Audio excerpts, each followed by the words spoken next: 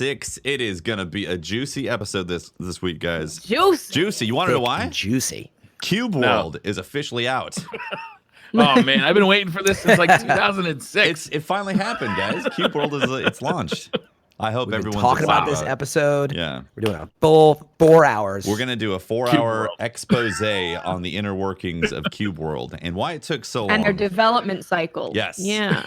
Yeah. The stories. It's basically, you know how Kotaku has a thing? This is like that, but better.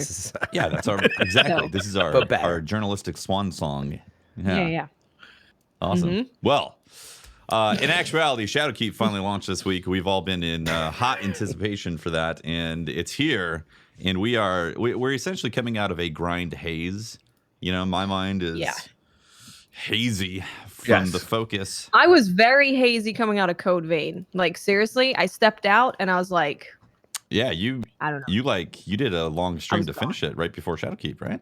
Right. Oh, you before finished Shadowkeep. it?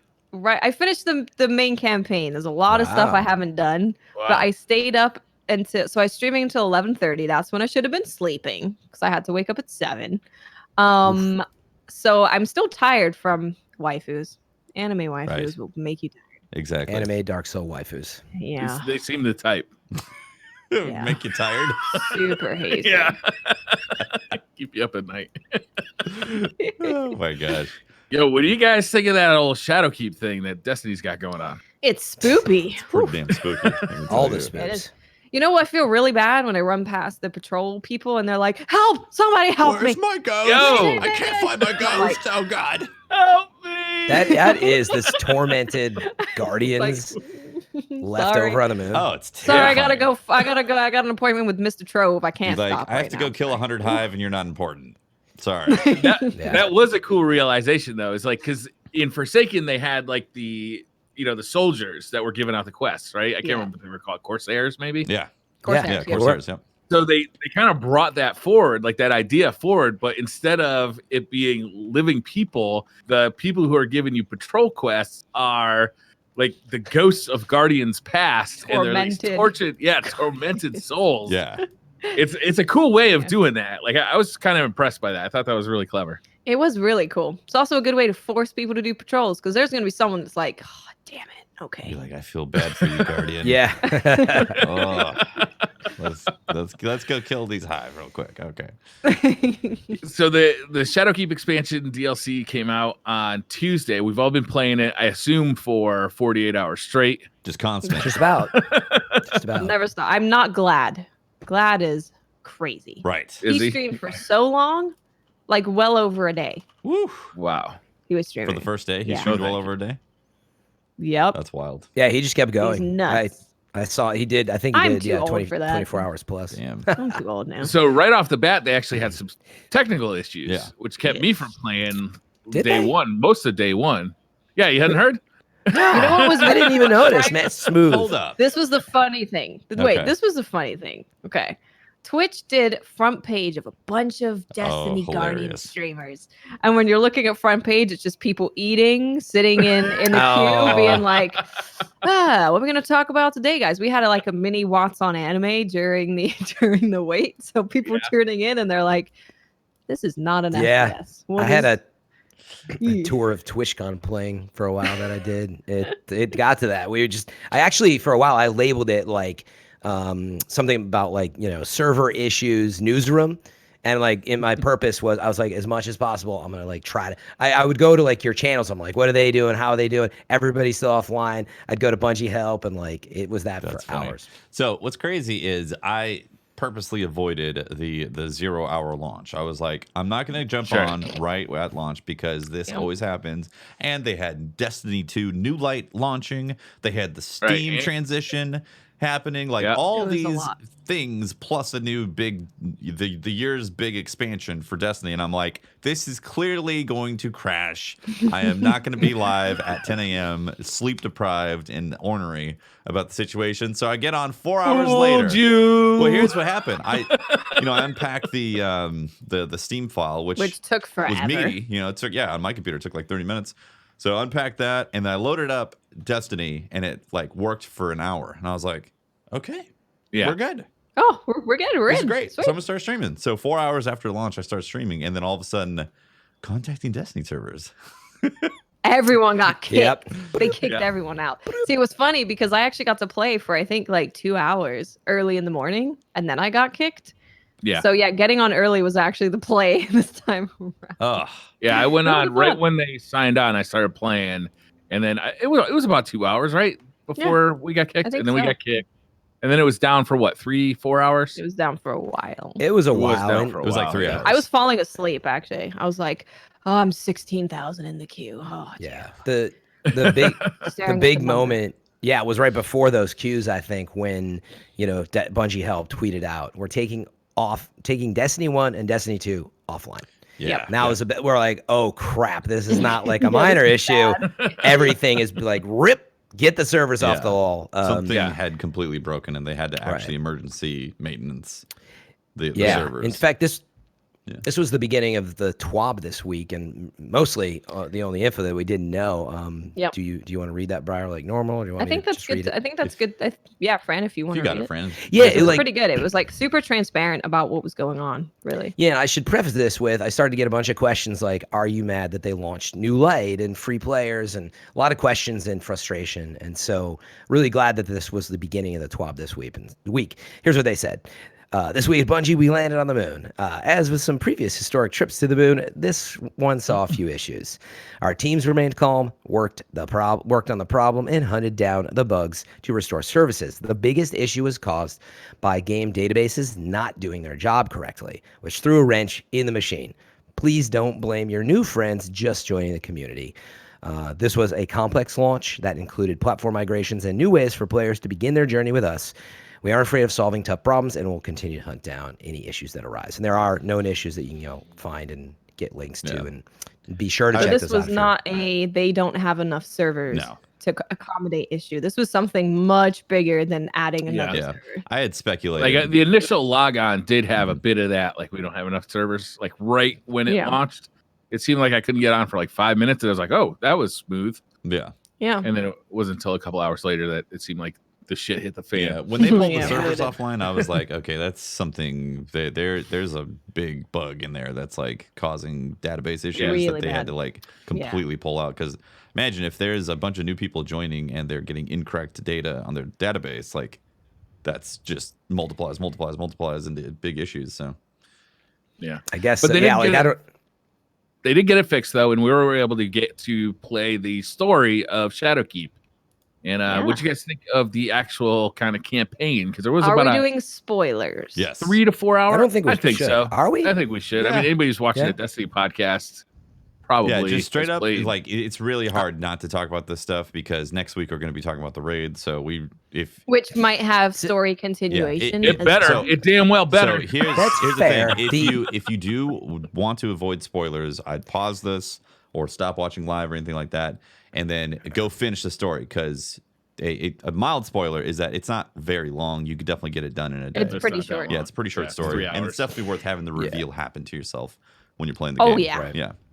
Yeah, you're probably right. I was gonna say it is. I always am thinking about the people who like had work until Saturday or Sunday, and I get it. But this is a Destiny podcast show, so it's like that's what we're here. We got to talk about the story. We got to I talk agree about with the you. whole experience. Yeah. And it's not that long, Yeah. so they can catch up. Yeah. fast. Exactly. So we're confronted. We go to the moon. We're confronted with a pyramid ship. Doritos. And of course, Patrick works for Bungie, and all of a sudden, them 3D Doritos are in the game. Coincidence? Now hold up, I Brian. don't think It's- so. Yeah, it's like I don't think so.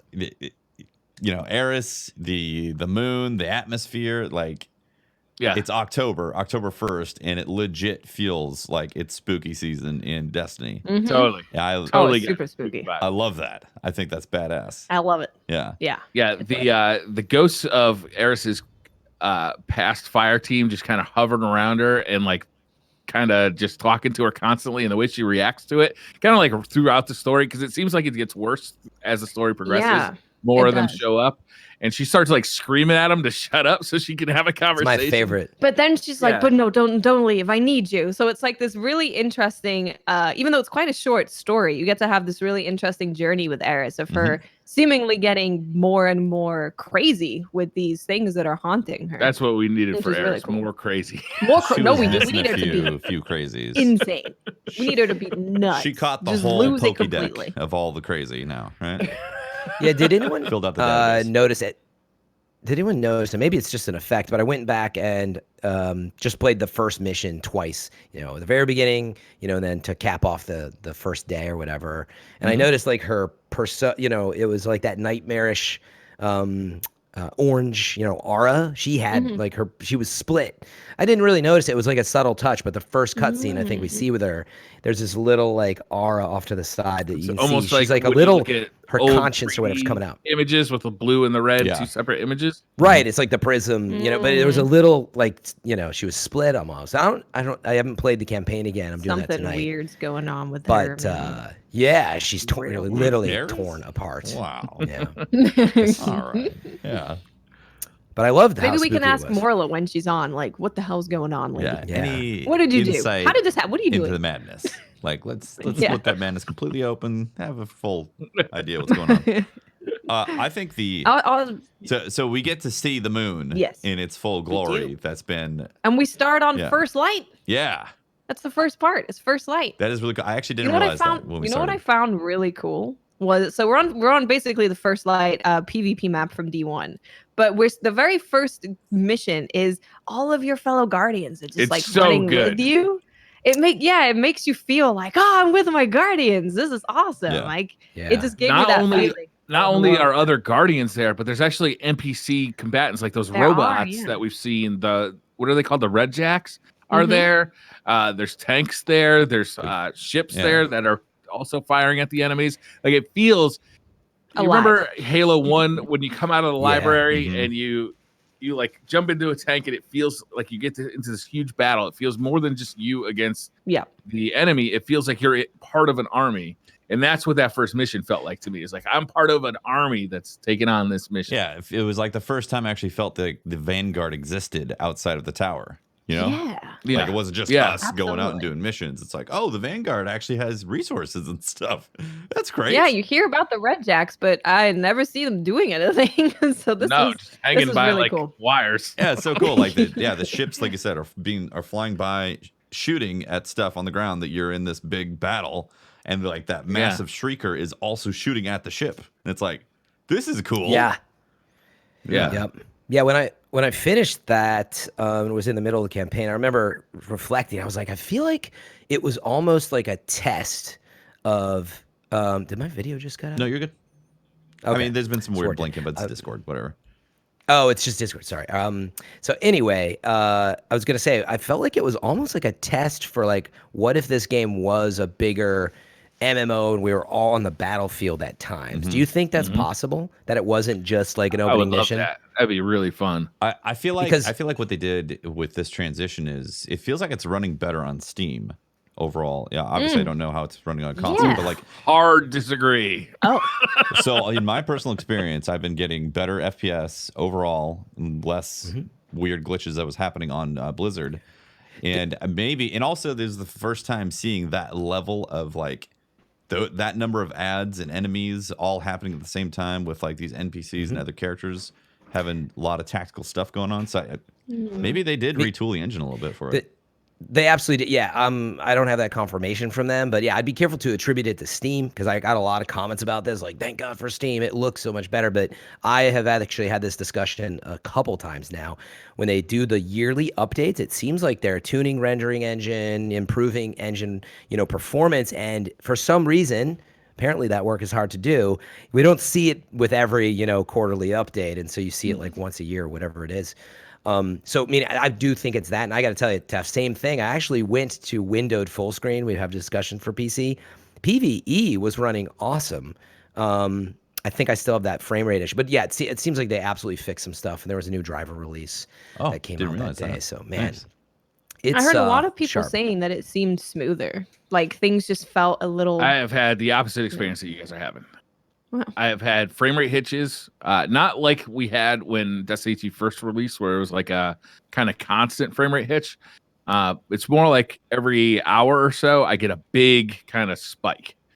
And then we did see today they had to actually update the game because of Steam's friend list limit. Yeah.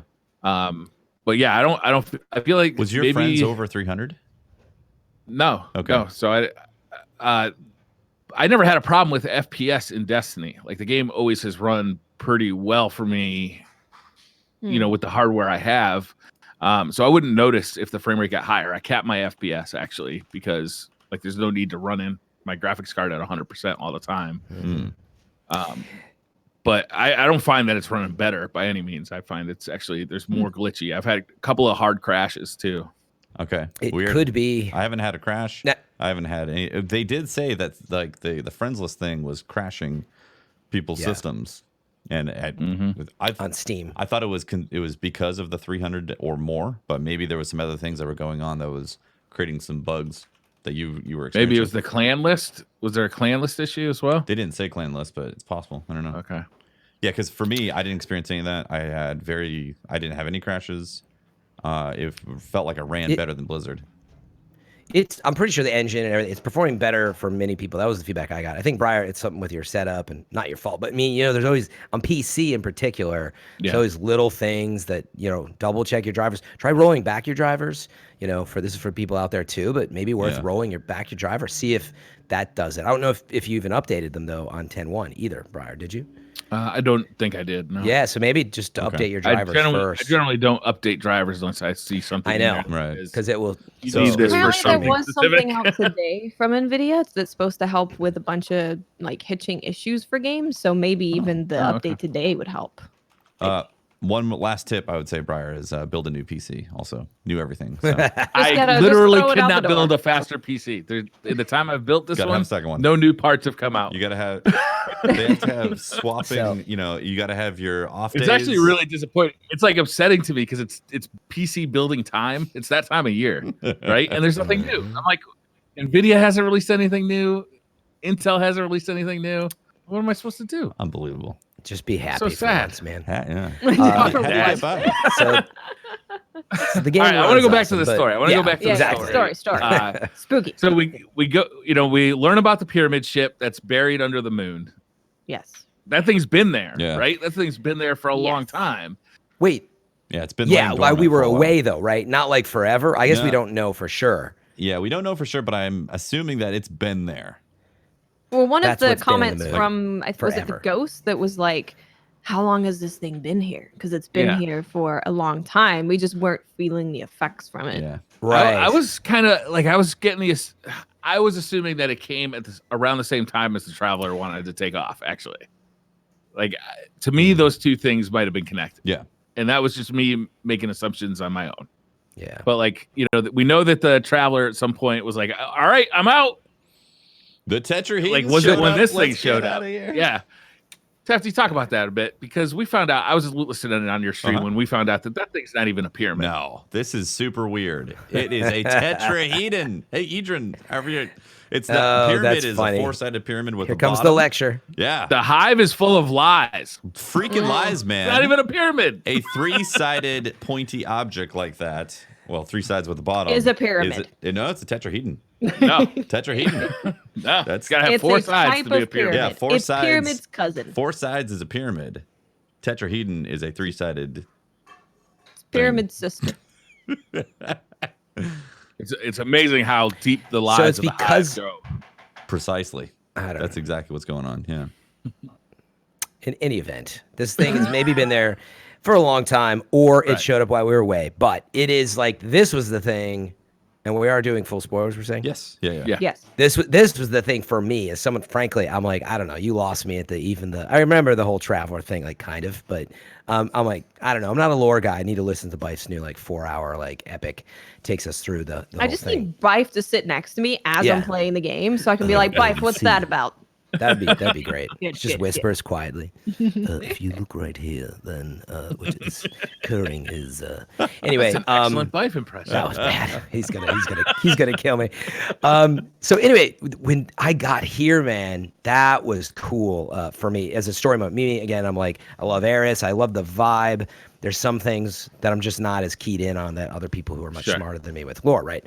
But this one really got me excited. And then certainly when we got to go into it and see for the first time, when you think about it, we've not been to a new, I mean, Dreaming City is for sure, but like it was like a whole new like material and like there obviously would be just, it's all so different. And it was just a steel tetrahedron. It's like a hive ship before it got all fucked up. Yeah, actually, that does feel that way. In my opinion, it's like it's very sci-fi in a sci-fi setting. It's like we're already super sci-fi with this game, but that feels very sci-fi. Like mixing past, present, future, like time conflicts, things. Like it's not even revealing a form. Oh, were you having a Discord problem? We're fine now. We're good. Yeah, it's blinking all over the place. We have to change servers or something at some point, but yeah, unfortunately, the video is just going to be hashed tonight. We'll be fine. Yeah. Audio's good over here. We're fine. So the thing that I found really cool is when you first encounter the ship and you see it for the first time, the Dorito ship. You get this like the lights being sucked out of you, and it actually feels really heavy. Like your character feels like it's being pulled down. I thought they did that really well because I instantly felt like heavy and something pulling me. Yeah, did you guys visit that ledge before you had the Dreamsbane armor? You know, when you go through the portal next to Eris, you can visit the ledge through there, I think. But I'm meaning, did you go to the part where you tried to go and it like it pushes you away? No, not since that mission where you first see Oryx. Yeah, so you can go. I think you can go there at any time once you can get into that portal or something. But that was the same effect. Watts. I was like, this is so cool. The darkness literally, it takes a second and it's like pushes you away, and it brought you back to the line where sort of your ghost is like in what's the movie where they're like, oh, I feel sick, and they're like possessed. You know, the ghost is saying the thing about how he feels like it's reaching inside of it, and I was like, this is seriously spooky. Yeah, that's very spooky because when you actually get to that final mission, your ghost starts being the communicator. It like that was weird. It starts speaking for the tetrahedron, and I was like, "Whoa!" The darkness. Yeah, dude, it was like darkness, The Shining. Yeah, the darkness is speaking through your ghost, and you're like, "Okay, I'm actually spooked right now. This is super freaky." It's really that's got like a lot of story implications, right? Because that means that the darkness can mess with our light, the very thing that is, you know, reviving us and all of that. It's so you guys got the impression across the board that that was the darkness talking to? Yes. Oh yeah. Yeah. Did he cut out for you too, Teft? Yeah. We're okay. Yeah, Discord's on. We'll be Discord's all right. on the nuts. The audio tonight. recording is good if you're listening. That's what I understood it as too. Yeah? Like it's literally so powerful. It's able to reach in and like grasp around the light or whatever it's doing, possess it. It's so powerful. That was my interpretation. Yeah, well, it's like a completely it's some sort of dimensional being that isn't revealed in that plane because it's like using. It's almost like the Nine. You know how the Nine used to try to figure out forms to represent themselves to us to communicate. Yeah. It's like the similar type. And they came up with Zur. Yeah, Zur and the weird painted feet. You know, like those weird people. It's like that type of thing where it was like this higher dimensional force, darkness type of thing, and they didn't even reveal themselves, their true form. They just were like, let's reflect as you. Right? I was like, this is spooky, man. Well, I gotta say, during the story, is like you're getting these kind of cool story beats, right? But then they kept getting broken up by these kind of extended fetch quests or go patrol and like, you know, go kill 100 hive, go kill 100 fallen, go kill, you know, like that kind of stuff. And it, you know, in a 3-hour story, that seemed like a lot of that 3 hours, right? Is like me just going, I have to go shoot like 100 things and fill out this bounty tag. I have to shoot 100 things, fill out this other bounty tag. And we're like eventually trying to build that armor set. But it felt like it slowed the flow of that story quite a bit. Oh yeah, pacing wise, just getting in, maybe past the story into the gameplay, like it didn't surprise me, if I'm being honest. Like, I think they did a really great job with Forsaken, and that's probably the pinnacle, especially the Ascendant Realm stuff. And it just felt like so new with the Dreaming City. But even then, right, it wasn't a full release, but I was impressed. Yeah. This one I'm happy with, but like it's like somebody asked me on Twitter about it. I was like, have you played Destiny? Like, I mean, meaning we always do this, right? Like, it'll be about middle of so first mission's always big, right? You get an awesome cutscene, you go back in again, sets the tone. but then you visit the vendor. Usually when you visit the vendor, I could use you to go look around for some spin metal, Guardian, and you're like, oh, here we go. Let's So, just I don't know. chill on that whole saving the world thing, and I gotta find this pair of earrings that I lost. Eris lost that jewelry, So right? you gotta go kill some nightmares so I can have a remembrance about my friend. That'd be great. But Thick guys, remembrance. we're missing one of the most important things. We actually talked the whole freaking way. Yeah. Our Like- Guardians talked. It's like Took talking. off our helmets and everything. Yeah. Have facial like movement. It's crazy. Yeah. Oh, my helmet was on. Is it animated? There's a setting, There's a setting in the you can take your helmet off. yeah, for those cutscenes. Yeah. Take them on. Oh, and I off. I just didn't realize that I never think about that, but the helmet was off, so you're like, Yeah, the face is like animated and everything to show you. I haven't like, seen that face confused. in 2 years since I made it. yeah, I forgot too. I was like, A lot of at the people very made end that is when I face saw it. 5 years ago. Right. You know what's Yeah. interesting? I have that setting on, the helmet on, but the very final cutscene, which whether we circle back to now or not, that it was off. They made sure that it was off. You were looking at yourself Interesting. with the helmet Yeah. off. So Well, that was I don't like a know why vision they didn't just that always happened. do that. Yeah, but I would have preferred they always took the helmet off. Yeah. But that So- kind of this has happened once or twice before though, right? I thought in the first There Destiny, was like 3 or yeah. 4 lines in Forsaken yeah, that happened. and in the first Destiny too, when he talks about little light. So Yeah. it's But not this the is like first time. us actually talking through the campaign, which hasn't happened really. So that was really cool. Yeah, it was cool. I mean, it was still pretty light. It was just like a couple Yeah. phrases here and there, and you were like, "Oh, right, we actually You have a spoke for voice." yourself instead of your ghost. Yeah, speaking which for was you, nice. Which is Yeah. It was kind of like you get to the end of a mission and then you're like, I'm gonna finish this. Did anybody? I feel like the Did anybody biggest- else think it sounded a little Master Chiefy? A little Is that just bit, me? little bit. My character. Yeah. I was on the The male Titan too character. when I first heard it. Well, I'm gonna do this. Killtacular. Yeah. The Exo Titan, or I guess the Exo Male definitely sounded kind of like that. Yeah. Because I just literally just did that for my Titan. I felt like they had to do that in order to do this story beat that they wanted to tell with that last scene. Because otherwise, they totally could have just had our ghost saying stuff for us. But then that last scene wouldn't have made sense at all because we had to be like, "You're me. No, I'm you. Wait, hold up. Are we friends? No, we're not. Let's sell salvation. How about that?" Do we want to talk about that? How we were left with the story? The hanger? The cliffhanger? So I want yeah, you guys to explain it to me.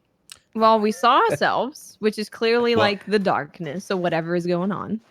Well, Right. well, okay, but first off, we went Okay. into the pyramid. This is actually were in the experiencing pyramid, the pyramid, and the pyramid is showing our past accomplishments, killing Gaul, Yeah. killing Yeah. the what's his dude from Forsaken, Crota, killing Crota Fanatic. also, which is interesting that Crota was the last one, and then I honestly love that room, by the way. yeah, Yeah, that was super It was- fun. it that was like actually really mini fun. Crota fight was awesome. Yeah, That was really fun. yeah, it was really cool and felt very hellish across the board. Yes. You know, like that. Mhm. That Yeah. look and texture map that they did for the whole arena, you felt like you're in some digital hellscape that they created, Yeah. which is cool. But you also had to like remember to use the sword. Like you had to go find the sword bearer, get the sword, bring it over to Yeah. Crota, and Yep. do the take him down. That was fun. Yeah, And then it ends. You're taken to the Black Garden. You have that little cutscene with kind of your mirror image, well, you touch the artifact, and then it's over. we get an artifact Yeah, that's right. that is You giving. get the artifact. That's clearly going to have some mojo that's going to infect us with whatever the darkness has got going on there, and that's how we have this communication. And the darkness is represented as us, a mirror image. Right. And it's like it's saying that they're not friends, they're not enemies, they are salvation. Yeah. Right. Yeah. And then it ends. Yeah, and it was in. And Eris is And you're just like, kinda- they you're not our kicked out. salvation. They lying. yeah, Yeah. Eris, So now we're left in this situation of like, is it bad? Is it good? Is it something we Oh, want it's to work bad. with? Is it something we want to fight? It's, we want to fight it. I mean, we only have one kind of interaction in Destiny, and it's the shoot button. well, I think it's interesting because it's like what Aldrin said with the line between light and dark is so very thin. So I think that really kind of showed it to us this time around. Like we were looking at ourselves, and when we were getting sucked into whatever the thing was, that it was actually a light around us. It wasn't dark. It wasn't a spooky thing. It was light. True. So it's really interesting. It's deceiving. Where this is going to lead. Yeah, I mean, you can interpret it how you want. I did like that about it. I actually don't think we're going to get really a conclusion to this until like the beginning of next year. And even then, there'll be some big event in the summer. I feel like we're leading towards that based on what they've been saying. But I was going to say, yeah, I like that it's a little Thanos, right? It's a little like, I don't care. This is balance, and I'm just here to save you. And that was my interpretation. I'm like, well, this thing's not going to have any compassion, so I might fall under the knife, but depends on what side you're on. It also right? said it's been hearing our calls.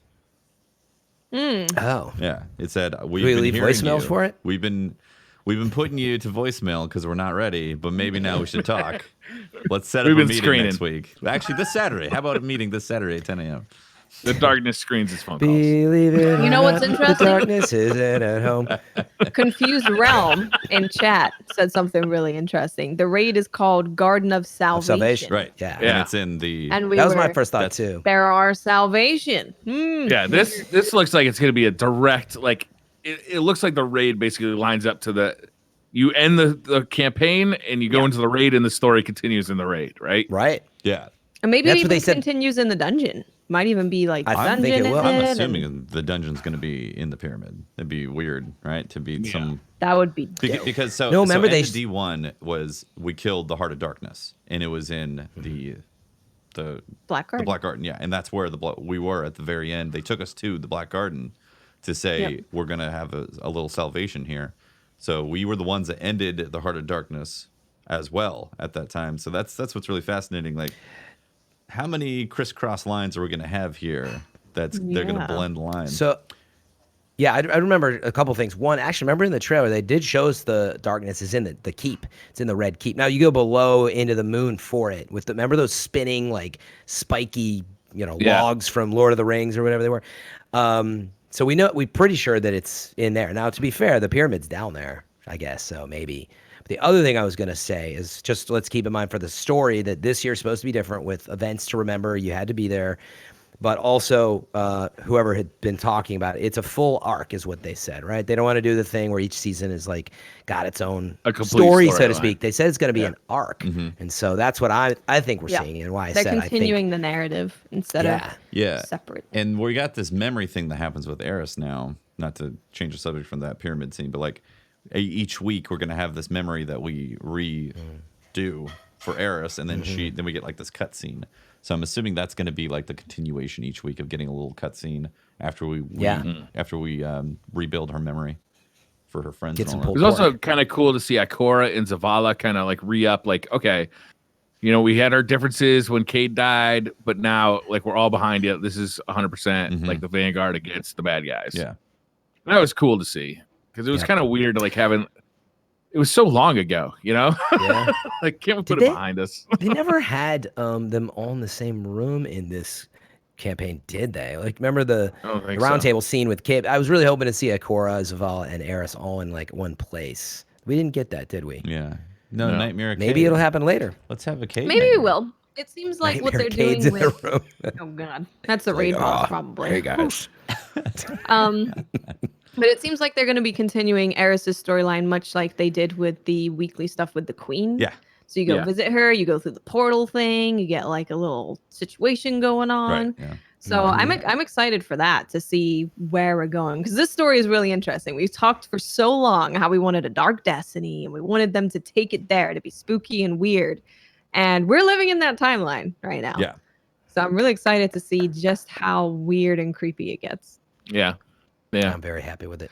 I like the So spookiness. what did you guys think about the story as told, like as a complete campaign? Did you guys like it? Did you guys dislike it? I'm okay with it. I definitely felt like it was short, but like at the It was same definitely time, I don't short, want to play 3 15-hour campaigns to get all my characters up. You know? Wasn't there one year or one DLC where they allowed you to skip the campaign on your second character? They still haven't solved that, I don't think. I feel like that's a different discussion, which is why is it part of the leveling process to have to go through all the cutscenes and the progress? I mean, I get it, but meaning I'd love the day where we can skip through that stuff. They just autocomplete it's stuff. Yeah. Like, in other words, to your point, Ted, I don't think you should shorten the campaign just because it's part of that leveling progression, right? And I don't think you meant that, but But anyway, it is short. I think my expectation was like it's kind of where I thought it was going to be based on the vibe I had. So it's $35 as well. It's not $60. It's not. Yeah, it's about what I expected, especially with them continuing the story throughout the season and other seasons. I expected this to almost just be like the introduction to this new storyline. Yeah. Yeah, I felt a little unsatisfied right after, though. Like right after, as I got like dumped off back in the moon, I was just like, "Wait, is that it? Is there? Am I missing something? Is there another mission to go on?" Because like it just kind of like stopped. Like there was no like, you know what I mean? Like there's no. My impression was that the raid is coming Saturday, and it's going to continue some of these stories, discussions. That was my impression from we it. have. We have Vex Offensive, Dungeon. I'm sure we'll get a little something, you know. But I don't know if it'll be as big of a cutscene driven thing. So that's kind of where like that's our last big cutscene. When will we get the next one? But we did see him do it in, like you said, I think Watts, like in Forsaken, we got these cutscenes occasionally. Which were really cool. Actually, like whoa, wait, like we even got that with Mara, didn't we? We have to wait until was it weeks after until we were like sure she was alive and all that and. Yeah, it was a while. Yeah, so there was probably be weekly stuff for like 3 months, essentially. Yeah, and for clarity on when we're talking about playing through multiple characters, like I like that leveling up wise, you almost don't have to play if you want to level up. Now it's not like you have to play through the campaign, but if you want access to like the lectern table and all that, I think you're gonna have to play, right? Yeah, because you're gonna have to unlock that armor. Right. Exactly. You do it by going through there. I don't know.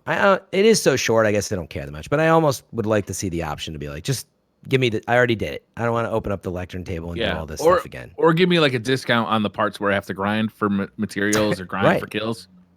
Yeah. Like second time through, you get like a token from your first character that passes over. Account why this is actually I already did this. Yeah, because like the people who play multiple characters are already the hardcore, and so I just don't know what level of enjoyment you get out of that versus like we're grinding, we're gonna play. And the first time through, it was interesting because I felt underleveled throughout the entire campaign, which made it pretty tense and pretty exciting. It was second time through. My character was 900 basically when I started. Sure. Yeah. You know, so it's basically just a walkthrough. Like, nothing really presents a challenge the second time through, and the third time. You know what? One of my favorite moments was being underleveled for Fogoth. That I really felt like I was like, oh god, I gotta hide. You played it solo. I gotta hide. Yeah. I played it Me solo. too. Yeah. It was great. I love that. Like Destiny 1 year 1. Yeah. Like that really brought me back. I think we're gonna get more of those feelings, right? Because we have all the different difficulties they're bringing to Destiny. So there's gonna be some times where we're like struggling for a little bit. I'll tell you, if you do that Nightfall right now and you're under 920, I've heard. Woo, that can be an ass kicker. Those champions are no joke. I really like. Is it just because they take 1,000,000 bullets? Do we want to talk about the champions? Yeah. So there's mechanics that they added to Nightfall that's very different from in the past. And well, this is actually two-parter. First, you get the artifact. You level up your seasonal game pass to 7, I believe, and you unlock the artifact. The artifact has specific perks laid into it that help you take care of new enemies that happen in the game. So one of them is unstoppable. Well, there is unstoppable. There's unstoppable. Yeah. There's Have overload. You guys found the unstoppable ogre? Because you have to go to a spot to pick up a material to create one of the weapons or armor pieces. And when I went there was an ogre just chilling, and it said unstoppable ogre. This is not in the Nightfall. No, this was outside, just randomly on the moon. I've only seen these champions in the Nightfall so far. He was spooky. Yeah. So if no one's encountered this ogre, ogres are definitely the worst for this because they'll just run after you full speed and they'll just beam you, Yeah. and you cannot get Yeah. away from them. They're too fast, When and it you says can't. unstoppable, they will not stop any of their They will not routines stop. from any amount of damage unless they get hit with the unstoppable perks that you Yeah. get from the artifact by spending some of the artifact points, and then you get to insert it into your gun, and it has to match the gun type as well for that artifact, I believe. And Yeah. and then you can is this then you can stop the unstoppable ogre.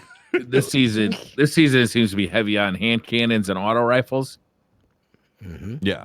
and bows, Yes, I guess, to some absolutely. extent, right? Bows as well. Bows, SMGs, auto rifles, hand cannons. I mean, the artifact's pushing you towards it, right? Which is kind of, I think, what you're getting at. Yeah. That second row in particular. Yeah. But there's also there's a disruption thing, so you can have a thing that disrupts. So if I know some people were confused about what that actually means. So those types of enemies will just spam their abilities. So imagine coming into contact with a captain who's just teleporting nonstop. You need to have the disruption mod to stop them from doing that. Yeah. This is a whole nother level of RPG. You know, when Yeah. we're going into these things with champions and probably even the raid, we're going to be like, okay, who has the unstoppable gun? Who has this gun? Yeah. I'm Let's assuming make sure you're champions on are you gonna that. be in the You raid. can re-roll at any time. You can take all your perks back and put them in different Yeah, slots at any Yeah, time. it's for Spots, 10,000 yeah. glimmer. Yeah. Yeah. Supposedly It gets goes more up. expensive. Yeah. It does. Yeah, exactly. You have to reset your artifact. I really like this. I was surprised. I saw the overload Minotaur in the Nightfall, and that thing was a bitch because it just kept on regenning health. And so then I grabbed the right perk for my auto rifle, and then it would like actually get staggered. And when it was staggered, it would take extra damage from all sources for that time. And I was like, that's really cool. I'm excited to see more of that unfold, and also not be so underleveled at the same time, because when you're underleveled, they're exceptionally bullet spongy with those things. But So is this only in the 920 the 920 proper Nightfall? Yes. Right. Yeah, see, I didn't mean, try I it, saw so them I was just like, on the moon. I've seen them just chilling on the moon. So there's a few just hanging out. Have you seen Yeah, Overload? I've seen random nightmares, but not. I've yeah, seen Overload the champions. ogre. I'm pretty sure I saw another one too. I think I saw the one you need to use disruption on. Can't remember So where. there's shielded, where they generate their own shield that has to require the perk And you to can break shoot it. through it. Yeah, you can shoot and break through it. There's Overload, where they just heal without it being staggered. And spam all their abilities. Yeah, it's supposed to slow and weaken them and all. Yeah, like you're saying, it doesn't just break their shield easier. It slows them. It basically gives them a There's, debuff to actually attack. Yeah, debuffs them. Yeah, but There's a shielded knight. You know the area where the witches used to hang out on the strike that goes to Fogoth? Mm-hmm. You remember there used to be like a room with 3 witches? Yeah. And then in between there was like a circular room that you just had to get to like kind of the underground. Yeah, that's in the Hall of Wisdom, I think. You're talking about there's like that. Yeah, big so there's like that little pillared circular room. There's a shielded knight in there. nice. He's not there all the time. I think it's just if you're on patrol, Okay. or it may be a timed kind of thing. Because It's really if you go there interesting. for the strike itself, he's not there. But if you go there to get to someplace else, like from patrol, then he's there. Interesting. So what I like about these champions is they have different visuals to them. Like they have some updated geometry and all that. And it seems like their AI has been cranked up to be hyper aggressive as well. So you see these champions, you got to deal with them right away, and it adds a whole new level for the Nightfall stuff. And I'm assuming it's going to be in the raids as well.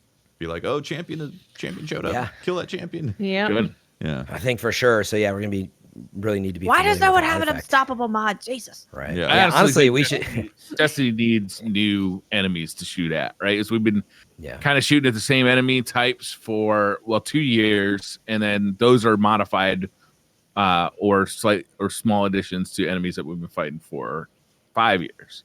It'd be nice to get like brand new enemies to shoot at, like a new race, or maybe have resolution with one of the races so they can be replaced or something. All right. But it'd be fun to get like completely different race of some sort. Yeah. Like the Do you Scourge. guys feel disappointed at all that we had this reveal with the darkness ships, and then we didn't even see any new enemy in there?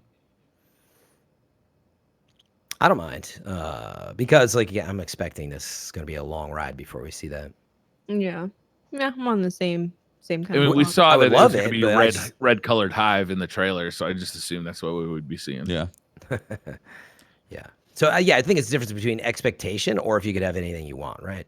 Expectation, no, I'm not bummed because I didn't expect it. Do I want a couple new classes and or enemy types and different ways to get crit spots and all the above. So you're always, like absolutely. Me, I'm definitely tired of shooting. What if this same raid crit is spots and not stuff. a Vex raid? It's a darkness raid, and they're just taking the form of Vex. Maybe. I mean, like Maybe the boss Taken-esque. is like you get to see something different. I mean, it seems like they're the Maybe. nightmares, so they can literally take any past enemy that we've had. They took my body. Right? I can take whatever they want. Yeah, exactly. Man, Yeah. what if the boss is Oryx, man? Yeah, Like a right. nightmare of of It's Oryx. Oryx. What if it's Atheon? and Atheon and Crota Yeah, it could be a It's nightmare. all of them. It's all the bosses in Oh one. man, and Callus. And they I split hope, the team. They split up the teams, and you got to go like 2v1 the boss. I honestly hope it's not any. Like I'm all okay with like recycled, sentimental returns to some of these things. But when we got to Argos, for example, even though that's This kind of one's like heavy on sentimental content, though. Yeah, Real it is. heavy on it. So it wouldn't we surprise got me. 2 PvP maps. We got the moon returning. Like a lot of stuff is like back. We got Monte Carlo coming back. Mm-hmm. It's a lot of stuff came back this time. Yeah, but I was gonna say I hope it's a brand new, like totally new boss and surprise us, just Yeah, like me too. Callus did and all the other Mhm. ones we've seen. So Yeah, so with the whole topic of darkness, it's a very interesting thing about Callus and how he's talking about these shadows and his involvement with the darkness and all that, and it makes you wonder, like, maybe Callus is just It's gonna be straight up, Callus. yeah, he's like a representation of the darkness, just a manifestation at Yeah. that point, because like how he's talking, Callus is going to be hanging out in the garden. right? I feel like he's an like, agent. "What's up, Guardian? You're back. Yeah, Yeah. he's Time an to agent. find out the Sitting truth." in a field of flowers on a hammock. Just drinking breezing, drinking a summer ale. drinking the purple stuff. Yeah, that was my impression of Callus too the whole time. Actually, even without as far as we've made it now, he's some agent of the darkness. But you make a good point. He very well could just be like He's just a the representation, darkness, whatever it right? is. I mean, what is the darkness? I mean, we didn't even get into that. Is it like some all-powerful know. single being, or is it actually like a hive mind, or is it, who was speaking to us? What if it's like Wizard of Oz though, and it's actually just a little tiny person with like Oh, it does. levers and Right? there's no darkness behind the curtain. What are you looking? That's the actual reveal 2 years from now. I Wow, always that was associated the Dorito chips, the Dorito or the pyramid chips with Savathun. So when that Guardian started talking to me, when my mirror image started talking to me, I assumed it was Savathun that was controlling it. Yeah. But I'm no Bife. I'm gonna wait for Bife to Right. Bife to tell me what actually happened. Well, you see, Guardian, here's the deal. So how do you guys feel? God, that's eerie. Spot on. So How bad. do you guys feel about the moon in general? Seeing what they did. I'll start. I'll start by saying, like, I think Yeah, start it off. Do it. I think they did an amazing job of redoing the moon, bringing the areas that we've had in the past, and then introducing some new areas. And like, yes, there's a lot of familiarity, but the way that they've been able to retouch it to show that time has passed and like things have cracked open, and the addition of lost sectors and all that stuff, I'm extremely impressed with what they've done with this overall. also There's a freaking lot of new massive. geometry. Yeah. Yeah, feels great. Mm-hmm. I mean, there's definitely some spots you get into, you're like, oh, that's like exactly it. But that's part sentiment. But the other side, it's still like we haven't been able to play there in forever. I don't mind. I don't feel yet like I'm going back and doing Destiny 1 stuff at all. Yeah, I don't get that impression at all. Yes. Yeah. No. It's not like Dreaming City though, where everything is totally new and new. There was features a and- couple of moments where I'm like, well, I know there used to be a chest right here. I'm gonna go see. Oh, yeah, there it is. Yeah, Didn't have that's that. true. You knew there was going to be one up in like that big circle, dome Yeah. platform. Yeah, like I don't know. There's an argument to be made like this is recycled, those parts. I but feel like don't it's mind. different enough that maybe it is, maybe it's not, but it's different enough that it passes the test for me. Like Same for me. Yeah. It does feel like the moon. It feels like a place that we're familiar with. But it's past. It's gone through a lot since we've been there last. There's a lot of new geometry. There's a lot of new places to go and see. Like the whole Shadowkeep, like place looks really cool. There's a lot of new tunnels. There's a lot of new lost sectors that weren't there before. Those are big. There's a Like lot even of places that you're doors. familiar with, like look a little different, and then like, oh wait, this here before? No, I don't think it was. Yeah. Yeah, and if you go into the keep, there's like a bunch of doors that aren't open, so that's really interesting. Maybe that's going to open up into something. And just when you go to these different places on the moon looking for the materials for your weapons and your armor and stuff, you really get to see how massive that place is. There's so much under the surface. There's so much on top of the surface. It's really quite a big area. Yeah. It's been good. And also shout out to their environment artists. Like, holy crap, it is just and their audio. Audio, music, environment artists, and the lighting. Like, I don't know if they have a team just dedicated to lighting, but like that whole landscape is just, it's picturesque every time you're going through it. It's incredible. Yeah. And like the transitions between how the lighting's changing on the moon, like really well done. There's a moment where I was walking down this like really long flight of stairs, and there was a very tiny little speck down at the bottom. I'm like, what is that? I'm like, oh, that's the doorway. And all you've got is your flashlight. The rest of it's just black. That is a cool thing. Yeah, honestly, like just that's what separates Destiny from so many other games out there that we always, I think, try to describe to people. They're like, oh, you like Destiny, and they didn't even get a try, and you're like, the polish in this game is incredible. I mean, obviously there's so much things, that Bungie are just like phenomenal at. It's audio, world design, and like the feel of how good things feel, the special sauce and the feeling. Speaking of feeling, I am in love with the new the finisher move. Like, I just use it for no damn good reason, just because it's fun to see my Guardian do it. Yes. Briar, I was like, finishes, cool, but don't know how much I'll use them. But they're actually really useful too, especially when you're under-leveled and you're fighting something that's eating all of your bullets. When you get it in that threshold, you're like, dead. And it's really nice. I find myself using it a lot. Level your artifact up so that you get heavy ammo from doing it too. That's gonna be so nice. That's gonna be super useful. Oh my god. I might even use Assassin's Cowl in the raid because you get health back on finishers. Oh, that's nice. So I can like heal myself and go that might be really good. And go in. It's pretty cool. Yeah, it's gonna be good. I was gonna say the finisher. I went into the same impression. I think we all did. We're like, oh, cool finishers, fun. Vanity. Who knows? Yeah. And man, I have to say, it was the single best addition to combat. That totally surprised me. Gets me playing differently, wanting to go up close.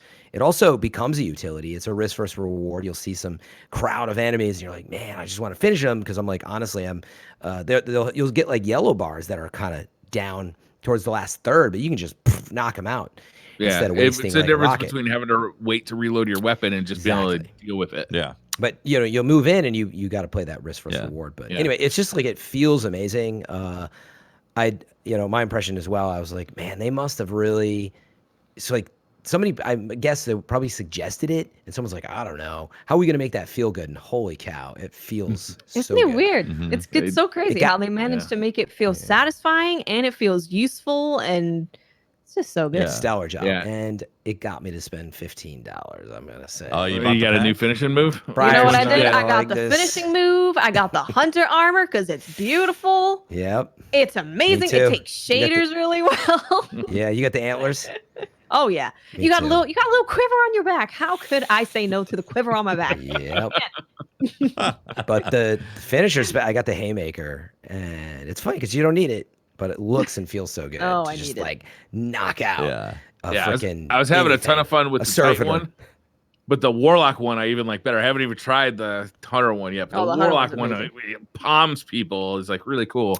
Oh, each class, because I just am switching characters tonight. It's subtly different. Yeah, they each have 3 different ones. So there's like a drop kick for the Hunter, a haymaker punch.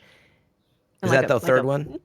Like a push. Okay. So those 3. You're saying those are different? Using your chi. You're pushing your chi into the enemies. That's what you're doing. Are those different for the other characters? I don't know if the ones you buy are different. Oh, the ones you buy. That's you're saying the default one is really cool. The default one is a little bit different. Yeah. Okay, yeah. I think you can just buy the it's actually sad, Briar. I know you're going to hate it. I was kind of excited to buy another one for the Warlock. But anyway, I love them. And that's I don't know how many finishers are in the season pass, but there's some that you unlock in there as well, or at least I know one of them, right? Oh, yeah. You know what would be really awesome is if at some point they can have them like rotating, so you get a random chance out of like a bunch of different finishers. So every time you do a finisher, you're like, oh, hey, I did the kick this time. Oh yeah, that wouldn't be bad. Switch up the gameplay that you're seeing. They should do that for emotes. Cool. I'd love that. They do that in Doom 2016, which has a similar kind of mechanic. They do it so that every enemy has its own finisher, like kind of animation, and that's really cool. But in Doom, they also kind of tie it so that you have to use those moves as well as the chainsaw move, which is kind of a similar thing, to either get health or get ammo. Mm-hmm. And I always liked that about Doom, and I was happy to Good see that rhythm. this will give you an opportunity to get heavy ammo, which we're always complaining about in this game. Somebody said in Yeah. chat that they took that out actually for the heavy. Oh, really? Yeah. So I don't know if I thought it was still in the artifact. I don't know. It still says it. Does it still say It definitely still says it in game. Okay. So Yeah. I hope that's I hope it could. because that'd be really nice. Because even they did attune the actual ammo drop rates, but it's still every now and then you're like, where's my heavy? It's been a while. Yeah. Yeah, I still go through strikes and I never see any heavy. Yeah. Yeah. Even energy, using that new hand cannon, Ariana's Vow. Amazing. What do you guys think of that? But I think plowing it's through. really cool. I like it. Yeah. But Sunshot has won my heart. Oh, Sunshot is Sunshot really feels so Sunshot. good. This is the first thing I 100 pulled out of my collection. 150 RPM, 12 shots in the mag. This is the gun that we always deserved. It's Yeah, amazing. it really is. Yeah. Yeah, I got to use that a little bit. It felt amazing. Also, the 12 shots is just so nice. Like you feel like you can really use the Sunshot now and just lean into it. It's great. Yeah, it really becomes a primary weapon. Yeah, exactly. Yeah. You know, Speaking of and it which, just blows through whenever you're against the hive and you've got those little oh what yeah, are those guys called? the thrall. The thrall coming at you. They just go crazy. Just boom, boom, boom, yeah. boom. You get like chain reactions. Bag of popcorn. Yeah. Oh yeah, that Yeah. feels amazing. Speaking of which, with things feeling good, feeling better, they changed a few things with hand cannons. Hmm. The animation was changed to Mhm. where when your gun is resting, you can actually tell it's resting instead of it looking like it's resting, but it's still in full bloom. How are you guys feeling about the changes to hand cannons? It feels good to me. I've noticed right away that it feels more like D1 hand cannons because it feels like initial accuracy was adjusted as well and not just the animation. And I know that the range was adjusted to be not as good as it was. Like the They range pulled back on it. Yeah, Right? I felt like in the Crucible, I could tell that. Yeah, the range fall off is more more penalizing. noticeable. Even in PvE as well, I was like, oh, those shots aren't hitting. Interesting. Before I could just, boom, I'm going to get a shot right there. And they definitely adjusted that stuff. But overall, I think it's good because we were in such a hand cannon dominant meta before where it was like, why would you ever use anything else? And this kind of opens up things to be more, there's more space for different uses, but like they feel good. Mhm. They feel like in the right distance, they feel really good. Yeah, I've said, like, in order for scouts to be useful and autos to be useful, for everything to have its place, a lot of that is based on range. If you are outranging a scout rifle with a hand cannon, why would you use the scout rifle? There's no reason to. Exactly. Zero No. reason. Yep. But I think the 'Cause you're actual a feel coward. of hand cannons, the feel of hand cannons, especially if you use a controller, has made guns that were previously completely trash amazing. That's good to So, hear. You're just like, you have so many options now for what you want to use. You can use Thorn, you can use Sunshot, you can use Ace of Spades, you can use whatever you want, and it all feels so much more accurate. That's good to hear, really Watts. quite That's amazing. something that was a big difference. Like going into Destiny 2 from Destiny 1 right off the bat, or like with Yeah. a controller, like what's wrong with these hand cannons? They're awful Yeah, they were terrible. just like bloop bloop bloop, all over Yeah. the place. Yep. Is And, that the oh, review with PvP as well? Do we know? The In what? terms of how hand cannons feel? Like, sorry, Oh, I thought yeah. you were talking about that for PvE. 'Cause No, you mentioned Sunshot. and I they wasn't- changed the animation across the board. Oh no, I know that. I'm saying, Yeah. basically, you being good at PvP, Watts. How did it It's a feel huge to you? difference. Have you? Did it feel? Using It feels Sunshot, good though. I'm using Thorn, I'm using everything. Okay. Because I saw some people complain about hand cannons and the range fall off. I But think you're there's always just- going to see this. Yeah, like the You don't range feel this fall yet? off. If you just want to have a game where you just delete scout rifles and pulse rifles, then cool. But I don't really like that version of the game. And this has opened up. I mean, I was watching Tefty stream, and I know Tefty was saying, like, even on keyboard and mouse, these hand cannons feel like really accurate. What did they do? And with controller, it's super noticeable because obviously, like with keyboard and mouse, you can use kind of whatever you want in terms of hand cannons. But on controller, it was not the case at all. Right. So this has really opened up the pool of what you can use. Yeah, like I said, is that phenomenal. That's good. that initial accuracy and like the timing of the recoil just was across the board better for all hand cannons. Things I normally would completely ignore. I was like, hey, this is usable now. You know? Same. Yep. When do we get to talk about power per hour? I think now's the time. A good segue. Yeah. Yeah. So that you guys probably know this by now, but for many years, that's been a big deal for me because What? Power per hour? Some people are. Well, did you some know this? people aren't. Yeah. Nobody. All right, we get it. I don't even talk know about it all the what time. power means. I still feel like the new guy sometimes, right? But I'm setting it up for all those new light listeners. Right. But All anyway, 15 million of you. That's right. But anyway, so for me, right, like I was lucky enough to be able to block out this week as best I could. Today, though, was a good example. I was busy all day, haven't even played yet. But there's some people who don't have enough time, right? So the raid's coming up on Saturday, and let's say you want to play. How long does it take you to get there? That rating in particular and how much you level up is super important to me. And anyway, my quick feedback is actually, wow, I've never seen the power per hour better than it is. Now, for me, strong, this went very well. It's good. Yeah, and they definitely made some adjustments. We know they have tier 1 and 2 powerfuls. They have the soft cap was 900.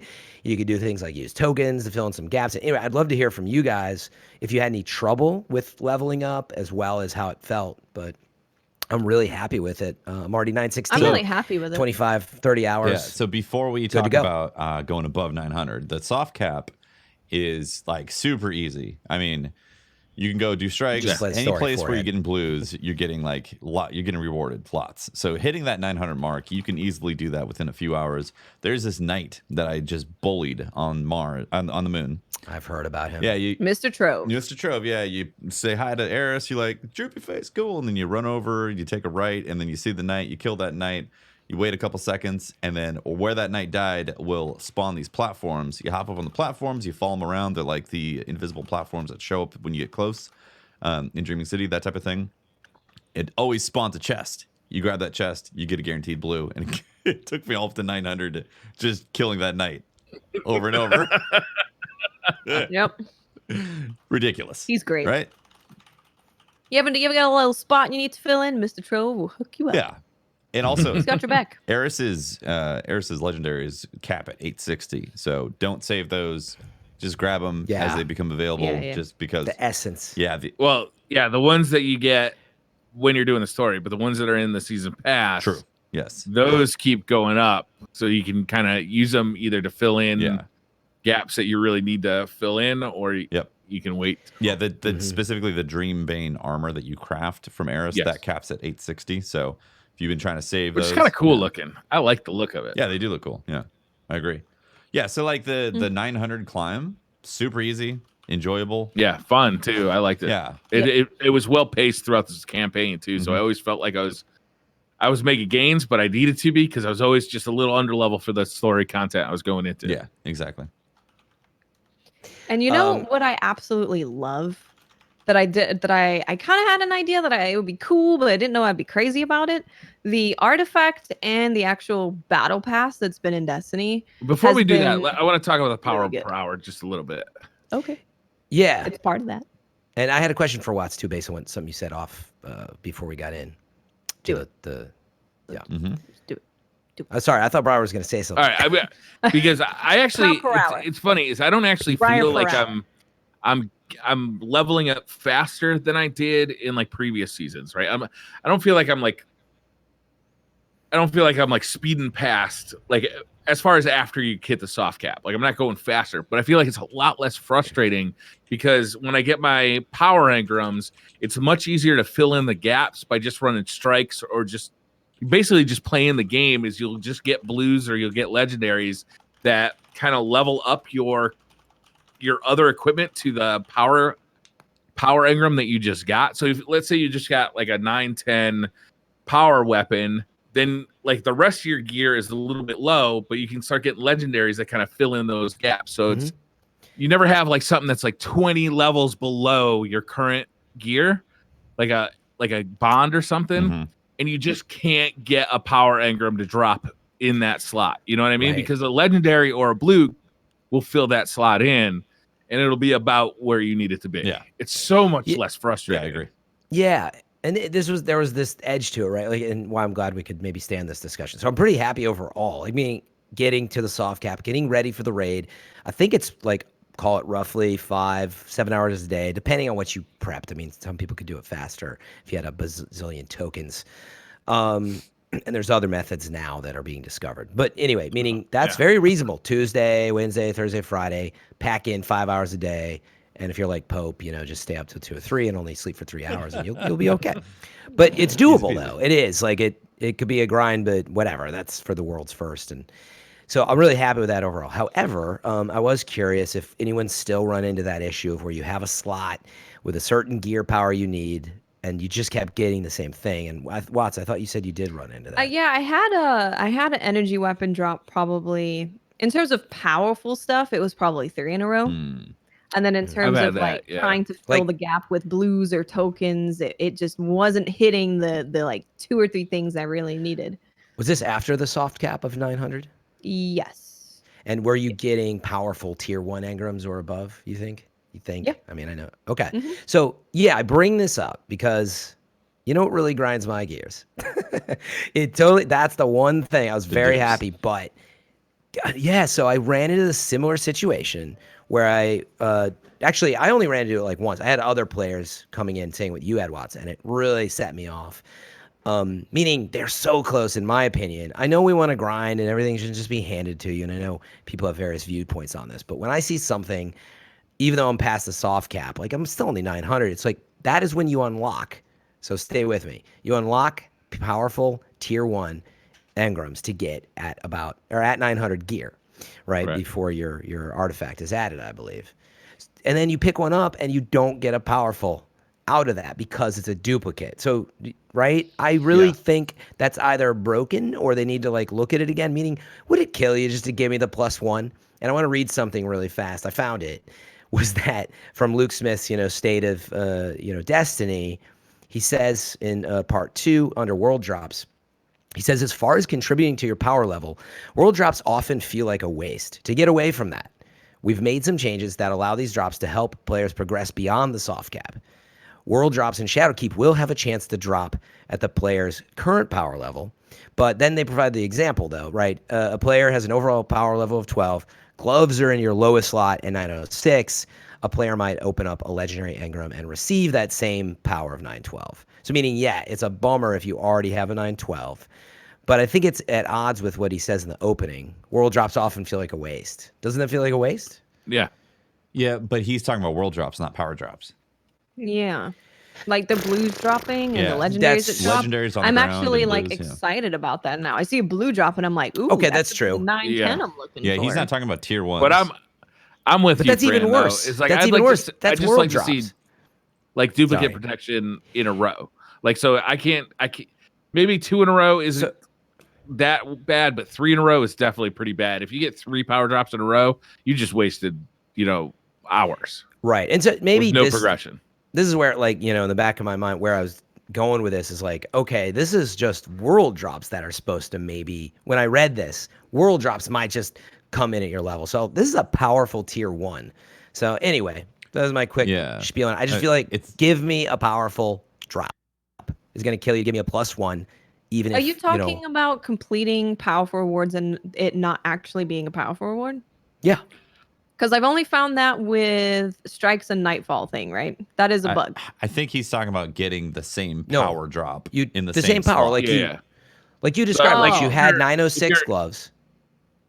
If your energy weapon is your highest power, and then that drops again, it's not going to be a net positive. It's just going to be. Yeah, but that does lead me to why I like the artifact in the season, the battle pass thing so much. Because even if that does happen, I've still been getting XP to level up my artifact, which levels up my power, which is like a huge difference to me because it means that I haven't just wasted that whole time. If I've done 3 hours to do these powerful rewards and get them, it's like, okay, I didn't get it, but I did level up my artifacts. And now these gloves in the battle pass are actually better than the gloves that I had. So I can pick those up right now.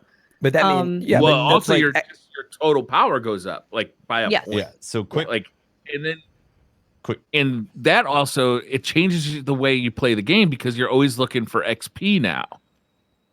So like those bounties mean much more than I'm just going to get tokens from whoever this fuck vendor is. Right. This is XP, and this is going to, getting that XP is going to level up my character now. So hold up. That's a huge difference. Clarity needs to be on this. I don't believe the artifact power factors into your world drops. It's just being added. It does not, but it does. It does power you up. Right. So like totally. But if you have artifact level of 5, then your total power level is +5. Yeah, but your blues on the ground are not going to get adjusted because your power level in the artifact went up. Right. That's correct. Yeah. But I think they were just saying you're getting overall power. Up. It for sure. feels like a bigger respect of your time. Way bigger. And also it's exciting to see the level up instead of just, I get an engram to open. It's like, I get this new shader. I get this. I get to level up. Maybe I can unlock another mod from my artifact. It's really changed how much more excited I am to level up and really. Bounties are XP. awesome. Bounties are great. It's like, this is XP from my freaking artifact. I think this is the most genius change they've made to Destiny 2. I agree. It's really good. Even including all the Forsaken stuff, because it so incentivizes you to pick up bounties, to go see vendors, to like look at those bounties and make sure you're completing them, because it's the first time that we've always had a leveling. You level up to 20, you level up to 30, and then it just stops, and then you don't care about it anymore. This, it just continues, and you're always thinking about XP. You're always trying to fill those bounties out. You're looking at like, what weapons do I need to be using in these strikes? What do I got to be doing in the Crucible? Like it's so much more interactive way of playing Destiny, having this XP system. Yeah. Mm-hmm. I'm super happy with all that, and I'm super happy with the power. Awesome. But I guess to finish off on my thought and question, how am I supposed to know, especially as a new player, when you send me out on a powerful engram, when am I at what point in the power levels are you at risk of wasting your time? Because I just don't know. So Meaning, apparently, they put a stopgap in there where you don't see those until you hit 900. No, I know. That's my point. Again, it goes back to my point, Deft. I hit 900. Other players hit 900. You now have access to powerful. Oh, sweet. I just need a 902 gloves. I already have 901. Unfortunately, I got a 901 gloves again from my powerful tier 1, which you just unlocked. That I don't like. And as you power up more, I believe. Yeah, it shouldn't happen. People are telling me that it does. That's why I specifically said about the Nightfall and the strikes, because that is a bug. But if you go and do the Crucible, like 4 games, that will be a powerful reward. I had blues dropping. Yeah, I just had this happen sometimes. 3 times. I got heavy weapons 3 times in a row. Heavy happened to be my most powerful weapon, and it dropped. My next 2 power drops. So it's dropping the same below power your level. Power level? No, same power level as my current highest power level. This is confusing to talk in the about. Slot. I had done the quest on my last character to get the, what is it called, the super cool rocket launcher. Deathbringer. Deathbringer. Yeah. Deathbringer. Thank you. I moved that over to my warlock, and I went through the story, and my first 3 power drops were all heavy weapons. So because these are powerful, that was just for power clarity, drops, these are tier 1, maybe tier 2s, right? Okay. Were all heavy weapons, which means I got no progression out of them because my heavy weapon was my highest power level item, but it's basing what it's dropping off of my mean power. Yes. Yeah. Right? So it feels like a wasted drop. Right. Yeah. It is a wasted drop. I made no gain. It is a wasted drop because I made no gain. You played the slots and you lost. I'm just saying, I don't like that. And I also would ask you guys, do you think when we get to 920 or 940, there's another sort of cap in there? Meaning at what point 950 there is, definitely. Is that when so in other words, I would have assumed that tier 1s are +1, so to speak, at the very least up until some point. And I don't know when, but like I'd like that to be fixed, which is it's a +1 from your power level, but it might not be a +1 of your highest. Yeah, it's your median power level. But it drops into something you don't need. Well, actually, I think why not just give me tier 1s are +2. That's why you gotta visit Mr. Trove. Level it out. I believe it's +1 to +2 for tier 2s or tier 1s, and then tier 2s are can go up to +5, I believe. I could be. And then at 950, you need that's what I heard pinnacle rewards, and that's the only way. So to get past 950, you have to have the tier 3, which is a pinnacle, and that's we should be using that word pinnacle. Yeah, it's a new word. what kind of hijinks you guys been up to as far as leveling up fast? Yeah, But, I think it's a good Mr. discussion. Trove? What's the recommendation? So yeah, for the 900, that was So- like that night. But then Let- on my first character, basically once you've done all the powerfuls, PvP is like insanely rewarding. well, just getting to What part of 900, PvP? I cheated quite a bit. I went to I used all my Crucible tokens and my Vanguard tokens and just kept buying stuff to get me up to 900. Yeah. Like I literally didn't play the game after I finished the campaign until I was 900, and it was probably about an hour and a half of me just sitting at the thing, hitting the button. I saw I could do that, and I was like, I should just play the story because I'm going to get blues as I do that. And then when I need to fill it out, I'll go back to that. But then when I found the knight, I found the knight was quicker to just kill the knight. Yeah, He might it drop is. something and then So go grab fast. the chest, and I'm not spending any tokens. Yep. Yeah, I mean, I think there's a lot of players out there, although if they made it to this point in the show, they already beat the story probably. But wondering what is the best way. I mean, it might make a good breakout, right, Briar? What is the best way to, probably level up? The rough recommendation from us, maybe best is not the right word, but yeah, I personally thought enjoy the story. I mean, I personally, I don't want to do Mr. Trove. I don't want to sit at the tower. I think for your enjoyment of power level 2 and fighting these enemies with a challenge, like just play the story, Forehead. Yeah. And get as far as you can. And roughly speaking, that should take you to whatever 860 or 880, maybe. I'm just estimating. At that point, you got some decisions to make of how you want to play that. As do you want to waste your, or actually no, you won't have powerful engrams even available at that point. So yeah, and then the question is, what do you do? And so yeah, you could go continue to jump in Gambit and comp or PvP. And So you don't want to do level up. any of that when you're done with the story, though. You want to get your main concern after you finish the story is to get to 900. Yes. To 900, right? 900. And that's what I'm Right. leading to. What do you guys recommend if you are in a rush, actually? So not leisurely playing PvP and Yeah. what's the best way? Is Mr. Trove the best way? Do we think, or is using tokens? Well, if you got tokens, it's very quick to use the tokens. Mhm. It's just you Right. just walk up to one of the vendors. The best one is Devram K because he gives you stuff that's Devram on your K. level. Yeah, For some reason. the EDZ. For some We don't reason. know why. Yeah. I heard Mars maybe as well. I haven't confirmed that, but definitely Devram. will give you But yeah, aggro. it's like you could just literally just use up all those tokens and you'll just keep getting better drops. Also, you can use Wait, can I make a note about collections. the vendors real fast? Yeah. Just so people will know, you can remember if you are trying to fill gaps in, you can go to Benedict, who does just armor downstairs, Yeah. and you can go to Gunsmith, who does just guns, but it'll give you somewhat better odds if you're really I actually struggling. heard if you use the guy on Nessus instead of Benedict downstairs to get your raid stuff, he gives higher level drops than the guy downstairs. Oh, I didn't know that. I don't know how true that is. It might be worth testing. Interesting.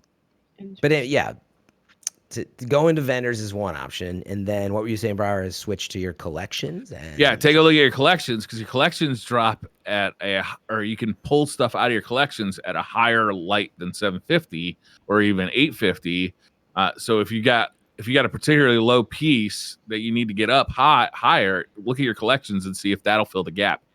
Right, like for example, maybe you're 890, but you have a piece that's like 872 for some reason. Yeah, Maybe you can grab- I don't know if it'd be that. Yeah, You have to have a bigger There's a differential, cap. but yeah, I'd say Shadowkeep has made it pretty easy now for multiple ways to level out your gear if there's something that's slacking behind. Mhm. So if Yeah. you do find that you have one or a few things that are significantly lower, go and level those out and then start doing your powerful drops again. Yeah. and do that's that in between powerful drops as Yes. well. Yeah. Once you do start doing the powerful drops, once you do get to 900 and you want to start getting your power drops, if you get something that's high, like if you know, and it bumps your total light level up, you might be able to go back to Devram and get some more gear to surround that gear that raises your entire power level. Yep. And then your next power drop will be even higher than it would have been.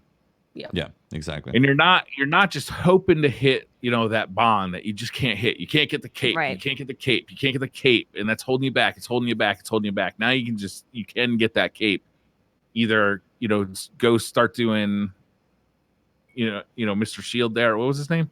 Mr. Trove, Trove. Mr. Trove. Mr. Trove, or I call or him go Mr. to- Trove. He's go a see very Devram nice K. man. Yesterday, you could actually buy. I think it was 5 dust light I missed that. Damn. minerals for 1 legendary shard. Ugh, I missed that. It would've been One so I fun. bought a legendary bunch. I hate shard. myself. I wish I hate would have it. gone by that because I'm down to Sad. like 600 Dustlike shards. That was a good deal. Yeah. Yeah, and also I was gonna say, yeah, for infusing and using upgrade modules now, it is something to keep an eye on. Is when there's a good deal on materials, all you need is 1 enhancement core, I believe. You're gonna use. You can choose from different materials now that you have that you hopefully can buy from Spider. It's random at the gunsmith, and then you got to use some glimmer. I forget if it's about 5,000. But it's pretty easy to buy like an infusion module, and then you don't have to worry about having materials later. You can bank them. So I bought, interestingly, I don't know if you guys did this, I bought a ton because I went and did what you were talking about, Briar. And I think they were using Dustlake shards to get enhancement or upgrade modules. And so I bought as many as possible. Guess what? You can only buy 25 apparently. Upgrade modules. They really? capped. I was like, cha-ching, cha-ching, cha-ching. So I spent a bunch of money. And it stopped me. And I was like, It wait. didn't stop me when I was using legendary shards. Spider don't stop you. Spider don't stop you, yeah. But the gunsmith says, whoa. Spider's sketchy. He'll let you keep going. Yeah. He'll let you put your house up for another mortgage and keep Yeah, going. he'll take your money. So I'm not sure why only 25. Somebody in my chat said, and it may be complete hearsay, that they didn't want players using all their materials on accident, newer players or something. But I Could have don't been, know. yeah. It's weird. It's weird that they would stop us at 25. Like, Yeah. why? I haven't tried that, so I have no experience yet. Yeah. And then Definitely once you was do in the your second character, life is easy. Move Super all your easy. high tier Oh, weapons so good. over, go straight over to your collections, and just start moving stuff from your collection. I just from head to toe in a circle, and Well- you'll get to 900 like immediately. Yeah. Yeah, What's crazy, I never warlock- knew. My warlock was 918, swapped over to my Titan, did that, and then went to the tokens after I hit the cap. 909 within like 30 minutes. Yeah. Had the exact same So series. I was fast. 916, swapped over, and I hit 909 without anything. Yeah. And I was gonna say I didn't know they did this, but under your white gear is cheap, only 250 glimmer. That's what you want to use, by the way, to do this. Yeah, I didn't realize that. It's called leveling. So for this purpose, even it is like I think it's there for that. So you can kind of fill in those gaps. I got up to about 860 ish before I had to kind of start resorting to Tokens. using tokens, Yeah. and then tokens started to really pop pretty high and fill in the gaps. And then, like we said, Devrim gives you stuff at level. So if you do that, you can go over to him. Yeah. This is by far Man. the most enjoyable leveling experience I've had since Destiny 2 came out. Yeah. Like, to be honest. Like It's been great for me, yeah. I really like the XP system. I really like the artifact system. I feel like I'm constantly, even if I'm getting 3 drops in a row that are the same, the XP, the artifact system is keeping me feel like, well, that's not wasted time, like Watts said earlier. Yeah. I also like how I can buy as many bounties as I want effectively. Mm-hmm. Like I I like can that. go to a vendor Love and it. okay, I did 2 strikes and I did all 8 bounties. I still got to do 2 more strikes to get this powerful reward. Well, I'm just going to go back and I'm going to buy a bunch more bounties because why not? Mm-hmm. And just get all that XP, like you just, I really like that. Like I always feel like I'm making progress on something because the game now allows for Yeah, it. same. I agree. Yeah, I've really enjoyed it. Like I said, first character got to 918. What is strange though, right now, when it comes to power, is that PvP and actually Gambit as well, but PvP especially, if you jump into like you just played like the freelance playlist where it's solo comp, like every sub level, like the 1, 2, and 3, and now Guardian 1, 2, and 3, and all that gives power drops, like significant power It's drops. nuts. Like a tier 2 Yeah. is what it feels like, which is crazy. So like you just It's stay in there, really you'll good. get drops from Valor and Glory, right? Those Yep. are the 2. Mhm. So those will You get level up both, yep. as you're doing the freelance playlist, as long as you're winning, obviously, for the glory. And then you're just getting gains. So as long as you can stomach it, if you don't want to, if you're not a fan of PvP, obviously that's a big yikes. But like, At least there's a solo playlist now. So that should make it a little bit more easy to deal with it. yeah, You don't have to worry about going against 4 stacks. Also, it makes it to where you're probably more likely to get further with your rank Mhm. because you're in the solo playlist. So you might be able to actually get further and get more ranks Yeah. than you could have been good before. I had a pretty rough experience right before we started the podcast. I got in with 2 people in the randos. I think they were just running at the enemy team to end the game as fast as possible. Because at the end of the match, Jesus. neither one of them had any kills. They had Maybe 0 they're kills. new lights, Briar, and you're being very Yeah, rude. maybe you got some new lights in there. They thought they were making friends in freelance. Is that what we call them now? The new lights? Yeah. No more Gotta blueberries. find something more derogatory than that, don't we? Well, blueberries are like, so you've been here for They're a while randoms. and you don't fully know what you're doing. New lights are like, you don't know how to move your character in a straight line. You got this game because it was free on Steam. Funny. Yeah. I don't know if you guys have fought them in the Crucible, but I actually feel bad. I let one of them kill me because I was like, this is not going well for you. Oh, But wow, that's so nice of you. no, it was like they couldn't really move their character around. They were struggling to like look around the map, and you could easily 1v3 and have no problems because they just couldn't really move their character very well. That's funny. Mechanized in chat said newberries. I kind of like that one. Newberries. There we go. Newberries. Yeah. That's pretty I good. like it. So yeah, you can level up by sitting in that playlist easily, and it. Yep. I think the distinction is that this time around they have the contest rules for the raid, so they're not really worried about people over leveling heavily. So they're giving these options to be able to do that.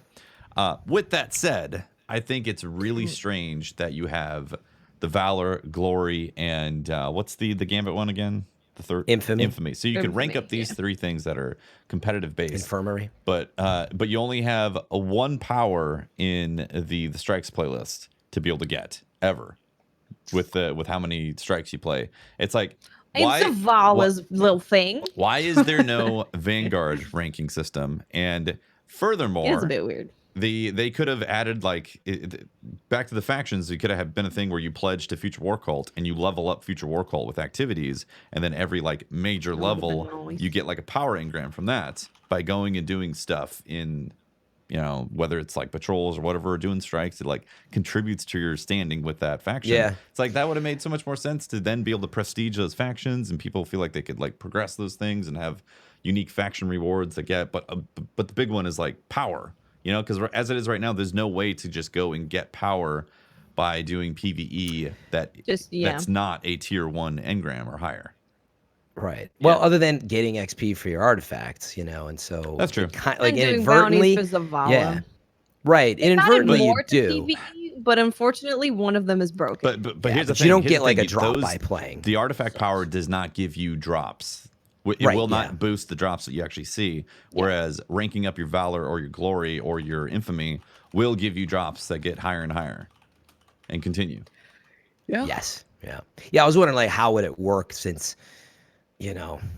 what activities would you play, and I guess because you have your Vanguard playlist. I guess in there is where you would see it. Yeah, I mean, is that maybe how it would work? Strikes. And just have a ranking system, I guess it would be. Yeah, you could be a strike lord. It would essentially be the same as your EXP, though. Yeah. Because you'd just be sitting in that playlist. I think the sentiment makes perfect sense, though, Deft. I agree with you. It's it's missing. It's a little missing piece, maybe for Zavala. Feels a little. It's just out. And Ikora, and play 3 games of Gambit, you get a tier 2. Play 4 games of Core for PvP, you get a tier 1. Play 4 games of Rotator, you get a tier 1. Rank up your PvP, get showered in power. What if it's because people like PvE? And so they're more likely to play it. Ouch. No, I mean, It's so literally yeah, how I it know, I feels. totally get that. That's literally how I think if there was something like a rank for Zavala and you could rank that up and you get powerfuls, that would be really cool. I do think that it is pretty awesome how much they've added to PvE that you can get, because you have the Nightfall Ordeal thing. Doing 5 of those is supposed to give you a powerful drop. Doing the 100k Nightfall is supposed to give it to you, and then you also have the Strike playlist that's supposed to give it to you. Mm-hmm. So it's plus Zavala's bounties. So it's actually 4 powerfuls through doing match-made PvE stuff.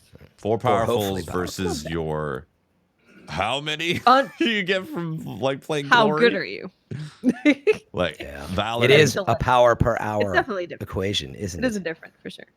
It's definitely the place to be right now. It's It's the place to be. For you sure. want to be there. Yeah. Yeah. That's where you want to be. Yeah, it's interesting. All right. Yeah. Are we done with the power talk? Yeah. All right, so I have one caveat for sure. It's a big one. Never. Okay. All right. As much as I've loved leveling up with this stuff and seeing the moon and all this new stuff that's happening with Shadowkeep, I am disappointed that on the first day, I literally only got Ariana's Vow, and that was the only new weapon that I got. Like, I had gotten year 2 armor, which was cool, but like, it's like stats on there, and I got Dukes, I got just a bunch of stuff. Go figures, edge transits, a whole bunch of things I've already seen many times before. Yeah. In fact, I saw more interesting new weapons by using the blue weapons, because I normally would ignore those, but instead I was using power. So I was like, oh, I haven't used this blue weapon before. Wow, it looks exactly like a recluse. And like, the game is about loot for me. I think for a lot of people, not everyone, but a lot of people, the game is about loot. And when you don't have any new interesting loot dropping in the world, weapon-wise, new interesting loot, like it's locked behind these things that you have to do for Eris. It's obviously there's raid stuff that's coming, and there's some Vex stuff. Offensive. Yeah, Nightmare, or like Vex Offensive, all that stuff. But like, you play the new game or the new expansion, there's no new loot. Yeah, I agree. We are at that point in the game, and we go over this a lot on the show. I feel like it's like, what do they do with next year's expansion, and when do we do a refresh? And so, I mean, you could just add more loot, but I feel like we're just at that point. It needs a refresh across the board in a lot of ways. Because aren't we just gonna, to your point, Tesh, we're just gonna get a lot more dupes as we're playing? Like, what's the raid gonna drop as like random items? Are we going to get like a dupe falling out of the raid, and, meaning non-powerful stuff that sometimes falls out? Just engrams? Oh, 100%. You could get an edge transit in there. Yeah. Right. That's what I was going to get. Which is I guess it's a weird feeling, right? It is, because it's like, if I'm on the moon, I want to see new moon stuff drop for me. Like, it'd be cool if there was a new weapons and armor. Yeah, weapons and armor, obviously. At the same time, I understand that it's very difficult to the manpower required to make new looking loot and all that, and new armors is very high.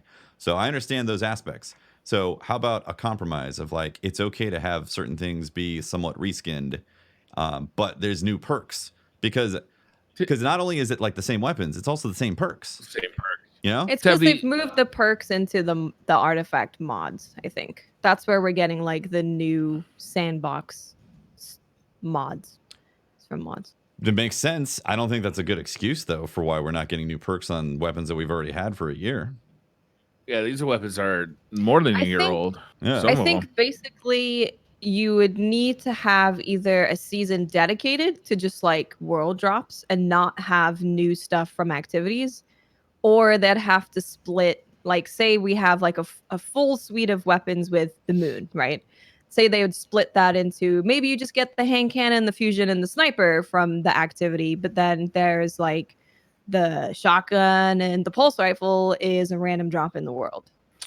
So there are new drops there are new weapons on the moon, right? But you get them from crafting them at the table. Mm-hmm. Yeah, it's what not if a world those drop. got added to the world drop and there was no crafting on the table? I'd be excited every time I saw a legendary drop. But I do like the crafting table. It's the main issue is that it's the same rolls for the same guns that we've seen. And when I was streaming last night, I had an idea that I thought actually could potentially fix something like this. And taking the artifact type of concept here, what if they had these guns, or every gun in this particular season, have a seasonal slot or a seasonal roll in addition to its perks that already roll for it? And that additional slot could be these new perks that could synergize with your gear for just that season, and then they go away after that season. So then they don't make a perk that is broken the sandbox forever, because that's what the artifact is. So literally the artifact, but like on weapons, like a perk on weapons. Yeah, like, I mean, that'd be interesting. New weapons obviously is better, but like right now we're just going to get the same Duke and the same Edge Transit and the same Go Figure over and over and over. It's like there is nothing new about those that we're ever going to see with this current setup. Yeah, or some I'm kind not changing of, like, the subject, mod. although Yeah. it's going to sound like I am at first. Did you guys read the update 2.6.0.1? Like how the list of Don't changes try they to made to change this the game? subject, dude. I'm not changing the Like- subject, I swear to God. But did you guys read to the extent that they changed this game? Yeah, I mean, I tried to. Oh, I know, But there's yeah. so It's much information. so there. It's much. crazy. It's a lot of changes. Page after Yeah. page. So I imagine a day where they get Destiny into a state where they don't need to make these overwhelming changes to the game to release a new DLC. The game is in just good shape, and they can just they spend all this time that they're spending, on, here's the new energy granted by super orbs. Here's the new damage multipliers. Here's the new damage buffs. Here's the enemy debuffs. Like, this is page after page after page of changes they're making to the base of the game. Maybe they get Destiny into a state where it doesn't need that anymore, and they can focus all this energy on bringing back world drops and vendor refreshes. That assumes they're tied together, by the way. And I get where you're Yeah, going. it's probably a stupid Yeah. assumption. I like that we were getting that as like, ooh, what's the new meta? Like, it hasn't really totally surfaced yet. I mean, I do too. A lot of things I have. like that too, but man, it's a bummer not getting like new drops. Yeah. Like every legendary engram I get is essentially the same as I got before the DLC. Mm-hmm. No, and I agree on that, but it was just sort of like, well, if they didn't spend all the time on the world lighting, then we'd be. No, yeah, I know I what mean, totally makes sense, but I mean, I don't want to lose that. Because you have a lot of influence over them, Briar, and I feel like they're going to take it seriously. Taking it to heart. Screwed next time. No, but we want both, don't we? Is all I was saying. Is do you mind all the changes, or does that actually bother you too? No, I love that. Okay. I think that Destiny, based on Destiny 2 being released 2 years ago, needed a lot of changes, and I think this is the best point it's ever been in. Like I think the artifact system is a stroke of genius. I think Love it. It may be Love the the best artifacts. version of Destiny we've ever had. Mm-hmm. But like someday, I hope that they get Destiny to a point where they don't have to have a 30-page list of here's all the changes we did to try and get it as good as it was 3 years ago. Right. Yeah, and that's a You know fair what I point too. It's like it is good. Not broken, don't fix this. Also, what if every update, we get new loot and it's just new stuff? I mean, yeah. I agree with Tefty. This is to me a looter shooter, and it's lacking the looter part. The loot That's becomes a years-old numbers instead of actual gear that you're getting until eventually you complete that quest and like, oh, I finally got a brand new hand cannon, the Lullaby, because I did this thing. But like the Lullaby is awesome, by the way. Well, if I did the Lullaby right now, that would be the second new gun that I've gotten. Well, actually, no, I did get a Monte Carlo, but like Monte Carlo is a D1 gun that came forward. Oh, have you not gotten many? I think I've gotten like, I don't know, 7 new weapons. Did you do all the quests I want to say for all the weapons or something? Yeah, I haven't done all those. Yeah, I got all the essence stuff. Yeah, it's somewhere in there. I haven't done the essence Sniper, auto. I got Ariana's Vow, and then I decided, I got the machine gun. So I got 2 new weapons.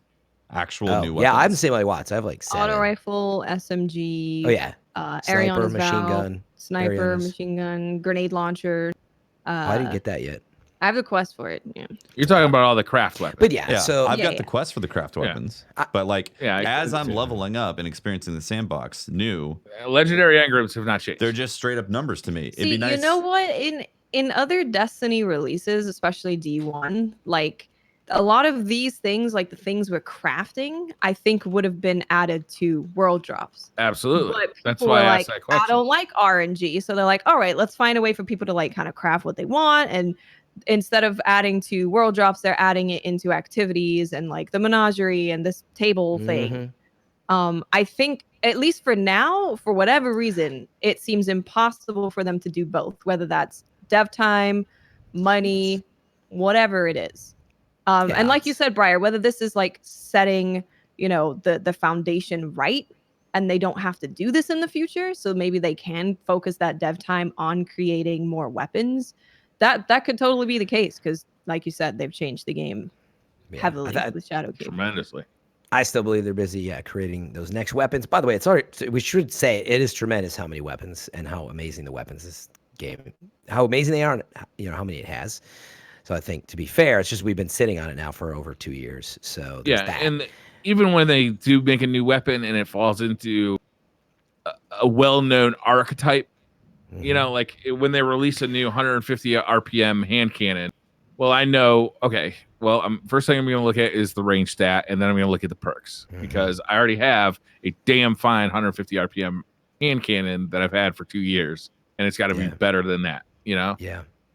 So that's part of the problem too, is that every weapon has to fall into these specific archetypes that we know so well. Yeah. Yeah. I do agree with that. They made this specific sandbox, and certain things feel really good in it, and they don't have a lot of flexibility. And I guess that's why, like, if they took the artifact system and expanded it even further into seasonal weapons, so they could experiment with crazy perks that synergize even more with builds. Like if they took the Borderlands concept with anointed weapons, and let's say I had, if I am a golden gun hunter, then every third shot in this hand cannon does some sort of extra thing in PvE only. Just take it out of PvP completely. Then they could Minions of the Darkness. Yeah, they could have some interesting things in the sandbox that could roll with different guns that, like, if you saw that perk drop on a Go Figure, it'd be like, oh, I'm curious how that perk's going to feel. I'd like to try it this season, so you can experiment and see if you want to hunt something. And if it's seasonal, then they can wipe all that stuff for the next season. And then things that are really good, they can bring forward and actually make them into permanent loot drops. But as it is right now, it's like it's not really a question of them needing to add a ton of brand new things in the game. I'm not saying that. It's just the loot itself needs to have new things that it can roll with. And if they need to put a splash of coat of paint on it to change it or rename it to something a little bit different, like, they don't need massive changes. They just need some things to freshen it to make the sandbox feel less of seeing the exact same thing. So it's just a numbers game when you're leveling. A lot of stuff is just automatic. You see, like a weapon that you've seen a million times, like Smuggler's Word, come up, and you're like automatically delete it, right? Unless it's the highest power out of anything you have in that spot, you're automatically deleting it because you already know you've seen it for 2 years. You know you're not keeping it. Yeah. I like your idea, by the way, Teft. I actually do think, though, and I guess question you, don't you think we're just nearing the point though where they need to get rid of a lot of these weapons that we love and old weapons and bring in, like, that's the only way you solve I already have 150 RPM is no, you don't. Right? Like, that's the way to solve it is you don't. Yeah, you got to sunset and get rid of these. If they're going to continue with D2 for another 5 years, they better sunset stuff. I think they're going to have to. Yeah. Right, but meaning maybe there's an in between there, which is saying, like, look, we know everybody loves the whatever, but in other words, you kind of do get a different looking spare rations. That's actually relatively newer, but you get a Duke, that looks new, and it's got all these little touches that makes it feel new. Maybe some new mod system, whatever, but you don't have access to the old Duke, and that's what I think ultimately we kind of need to get to. And, like, what did for they example, what was that hand cannon in Destiny 1 that was available in year 1, and they just renamed it Devil You Know and the Devil You Don't? Yeah. Remember those two hand cannons? Stuff like that was really fun. Like, it wasn't. It was the same model, slightly different paint job, different name, different stats and perks. That's literally what I'm talking about. It's like, I know the community is going to groan about a reskin, but guess what? Yes, they're going to groan about everything. So instead of, like, getting super shy about whether or not we have a reskin on our hands, like, screw the people who are, like, whiny bitches, because it's like we want new loot. Yeah. It's funny. I was just going to use the example that I actually love the new sight on the machine gun. You say you got it, Watts? I don't know if you got a chance to use it, but it's like a holographic grid view. It's just the machine gun. The SMG has a cool scope too. Yeah, and, like, it gives it enough of, like, oh, this feels cool, but my hammerhead's probably better. So that's definitely. My example was, sorry, Fran, the hammerhead's not better because you don't have it. So this is the new version of that. So I mean, I don't know. I'd probably groan to Tef's point if you take it away from me right now. We're in a tricky spot. It hasn't even been a year. Right? This is always my favorite time of year for Destiny, or my favorite time for Destiny, is because I'm using weapons because they're the most powerful weapon I have. Right? So, like, I'm using that new heavy weapon that I got as a quest reward from Eris because it's the most powerful weapon I have. Or I'm using a bow. I was at one point using the arsenic bite because it was the most powerful weapon I had. Like, that's to me, that's probably the fun part about, like, the leveling process. That's why this week is my favorite part of Destiny. That's why I like playing leading up to the raid more than any other time in Destiny, because you use such a variety of gear because it just happen to drop as the highest power gear you have. Yeah, it's nice. And maybe for clarity, just to make sure nobody thinks I'm saying sunset gear within like 6 months. I'm not saying that. There's a balance. I like being able to show off some of the stuff I've earned in the past, and so they did it in Destiny 1, and I thought it was a good solution in Destiny 1. Mm-hmm. Yeah. But I like my hammerhead. So I'm really curious to see what Vex Offensive and the raid is going to bring in terms of loot.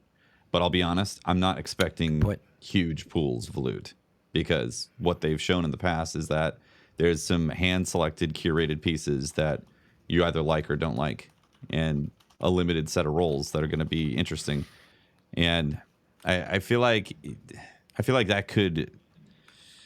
I feel like as Destiny players, I hope one day we're not in those situations where we're just looking at a few options. I'd love Destiny to have a wide landscape of options when it comes to loot, because loot's fun. Yeah, it's really in stark contrast to. I think it's really pointed out precisely because we just came off of playing Borderlands 3 for 2 weeks, where it's just like a loot fucking explosion all over the place. Insane amounts of loot.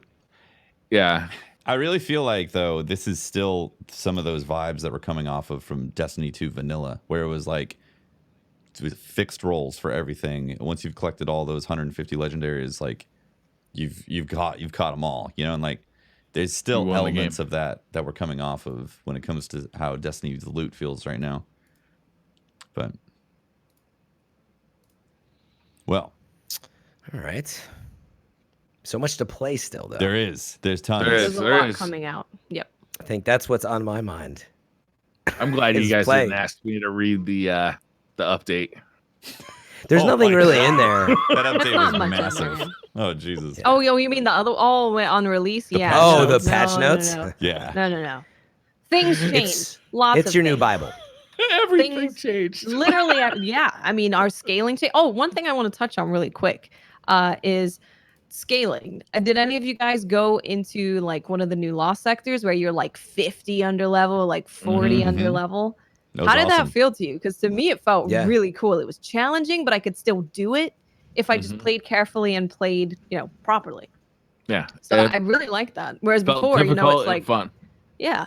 I think the new difficulty scaling is really cool. So that's why I'm super excited for the nightmare hunts being like the heroic level and all of that. It's gonna be master. Fun. Yeah, that's where I think we're going with this. Is like to be able to play. What is 980 the master level, or I haven't played it yet. But anyway, what happens when we get to power level 1,000? Are we going to be in a situation we need them to launch like? Now I need you to launch something that's like 20 over, or maybe it just keeps scaling somehow to your. I'm assuming by that point the season's almost over. Probably. Good point. Yeah, and then it's they're going to take away the artifact, and you got to start over. Some of that stuff. They're going to rescale things for next season. That's a good point. Guess like maybe we can get to 1,160. Somehow. Right. By playing nonstop and generating additional bounties, but you're going to lose 200 power, which is a cool idea. You're like, oh crap, I'm 960 when I started. I was so like in my mind's eye, right? I got over that 980 hump.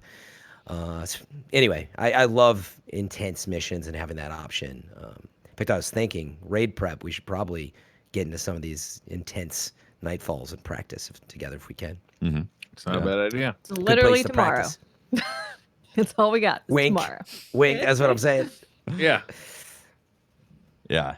Well, I'm excited about the raid. Excited about it feeling tough. Oh yeah. And seeing how we like the setting and all that. And like it's gonna be awesome. Can't wait.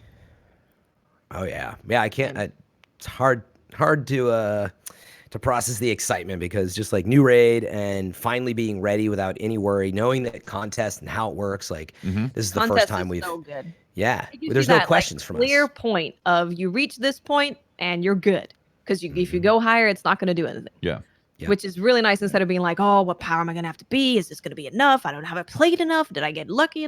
It's really nice having that. It's great. Yeah. Now it keeps all the bad feelings away from like, oh, this person cheated and got up to 940. Yeah, exactly. Who cares? Everybody's going in at 920. Yeah, they're not getting like I'm jealous of all those people that saved their bounties and played all those extra hours, which I could have done. right. But cheaters. Like meaning I don't think it's enjoyable. And part of me would, if they were ahead, right, I'd be groaning. I'm like, man, that's just a punishing system, but I'm glad it doesn't matter. Meaning more power to you. You'll be 960 immediately when the raid's over. But now I don't have to be salty about maybe having had to that pressure of like, well, guess what the next 2 weeks are? Grinding, bounties from Zavala. Like, no, thank you. Contest is phenomenal. The amazing people that did it. Yeah. I really enjoy what they've done with the leveling system. Like this, in my opinion, has been the most successful way that they've launched with the leveling system, and knowing contest is there, and like we've jumped over 150 levels, and it feels good. Honestly, there's a lot of options. There's been some really large changes that happened to this game that I think were really good. Absolutely. Really good. Yeah, excellent stuff. Like, yeah, it's very good. And I'm curious how new players are experiencing. Like, that's something. Like, what's the opinion of an actual new light player that has no idea who the streamers? I actually want to start a new light account just to experience, because they have the first Destiny 1 mission in New Light, right? Yeah, the Cosmodrome you do go back to for like a tutorial.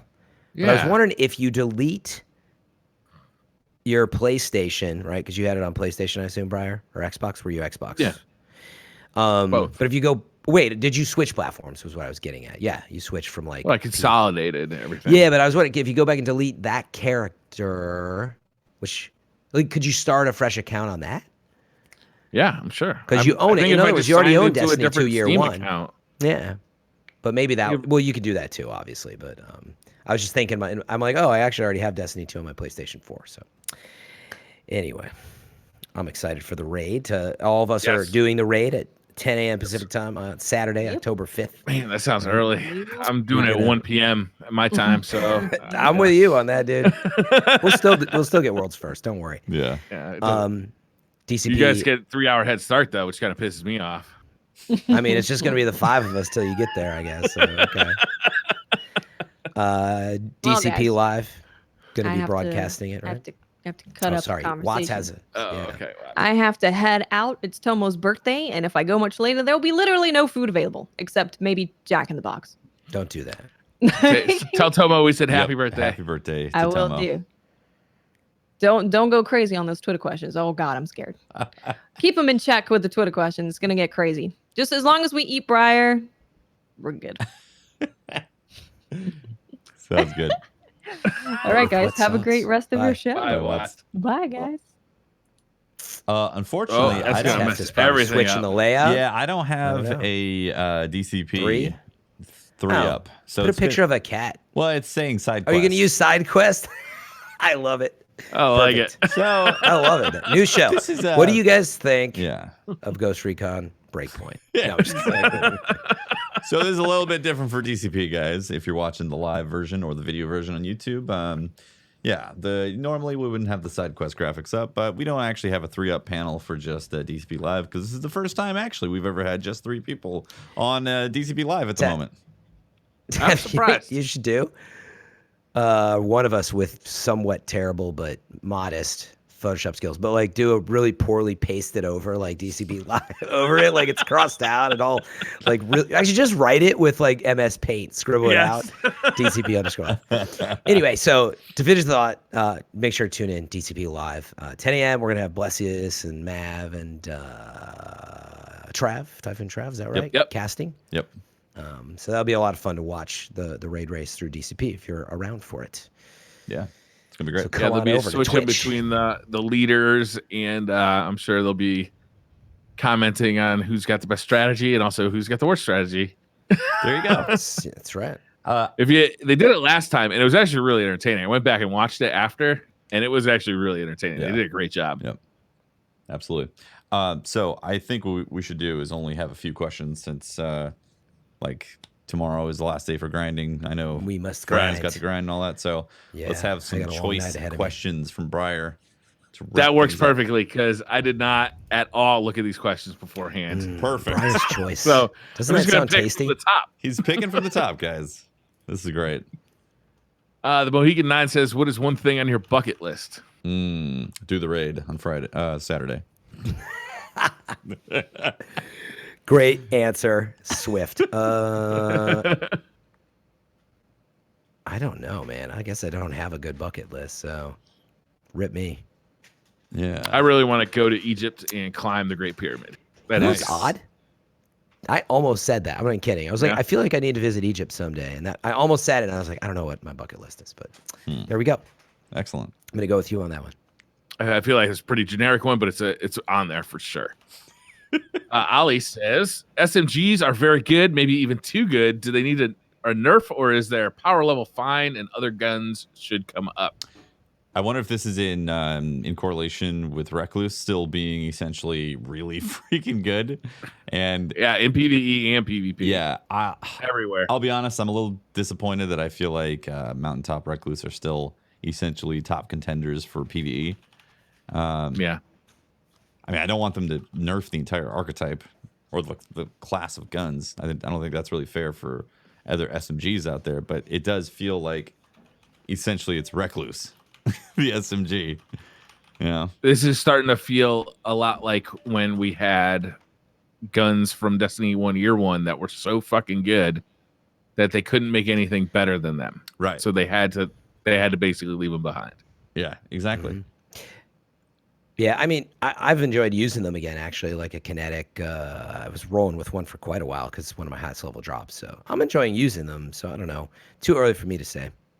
I have seen a lot more pulse rifles around, which I'm glad to see. Mm-hmm. Yeah, I've been Well, using like pulse rifles were already good. Yeah, exactly. I've been using whatever has been dropping for me, but then I decided to print out the Recluse, and I was like, oh, this still shreds. It's ridiculous. And I see other people are like, oh, Recluse, it's still the top tier. The top go-to. I want to get the Cerberus's Cerberus +1 or whatever. Yeah, I want to get the catalyst for that because I've seen some video of the alternate fire on that thing that shreds bosses. Big time. Interesting. Okay. Didn't realize that the catalyst adds alternate fire? Yeah. Huh.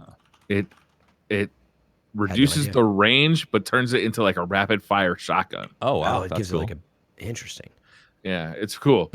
Mohegan 9. Wait, before the show started tonight, I ended up getting the Monte Carlo to drop for me while I was offline, and I was like, "Oh, Monte Carlo, cool!" And I was like, "I wonder if it's any good." Then I looked at the perks, and it synergizes really well with your melees.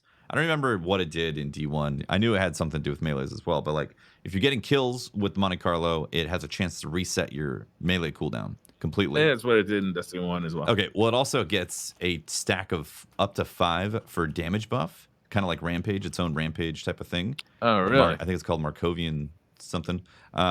So when you get a kill with your melee, it automatically gives you the stack of 5 for the Monte Carlo. So now you're doing extra damage with the Monte Carlo. You get a couple kills, you have a chance of getting your melee back. So with like a Sunbreaker Titan, that's interesting. it's fantastic. You're constantly getting your melee back.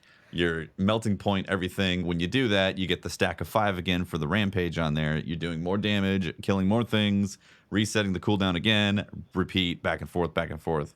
I'm excited to try it with my Hunter too for the knives. Yeah, that sounds like a good build. Yeah, it's really cool. The Mohegan 9 says, "What do you think was the most the best under the radar addition to Shadowkeep?" The season pass thing, or the what were we calling it? The battle pass type of thing.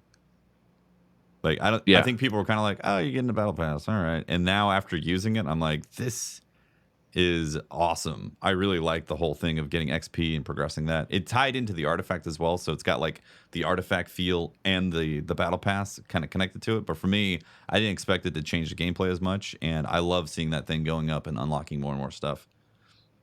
Yeah, I didn't expect it to be change how I play the game so much with the way I go after bounties, and I'm like constantly trying to manage how much XP am I earning by doing this activity. Yeah, it was finishers for me. Oh. Finishers? Just because you play, there's being able to play differently. You know, it's not a melee. Yeah. It's a special thing that just getting that just brief moment every once in a while, like pow, and it's not a super. It really it's satisfying. Gets the dopamine flowing more often, which is really nice. Mohegan actually suggested the ability to purchase unlimited bounties from vendors, and I have to agree. It's totally under the radar, but it's an awesome change. Like, it really is a nice change. I've been doing it all the time. It's great. Yep. Yeah.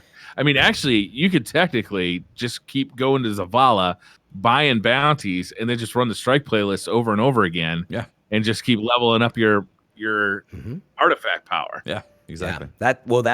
That's going to be the question when we get the raid done and everybody's 960. What's the meta going to be for like quick artifact leveling? And it could be something like that. Like, I don't know what the fastest thing to do is and what bounties are easiest. You know, they're random, obviously, but it's going to be really interesting to see what people are willing to do. And to get Glimmer to buy them too.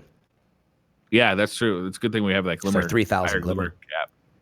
I tuned into Dato's stream earlier today, and he had said that he was actually going to every planetary vendor and doing all of the bounties because it was leveling him up so much. I think he's at like 27, level 27. Nice. Yeah, it's 8,000, I believe, per bounty. I think that's a flat.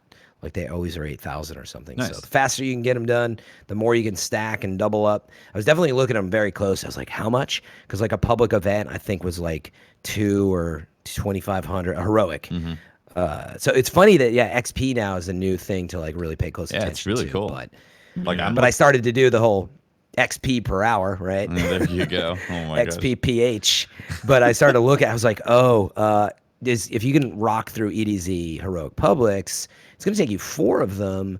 Maybe that's almost the same as one of those bounties, but eventually they're going to stop, right? And then anyway, it's going to be interesting to look at that. Yeah, I'm level 22 or 23 on my on my battle pass, and like I'm getting +6 on my artifact right now. I don't know what my artifact actual level is, but you know how there's like you get your power level upgrade, and then you got like the unlocks for the artifact, gear score. Yeah, it's a little different. The bonus is what it is. Yeah.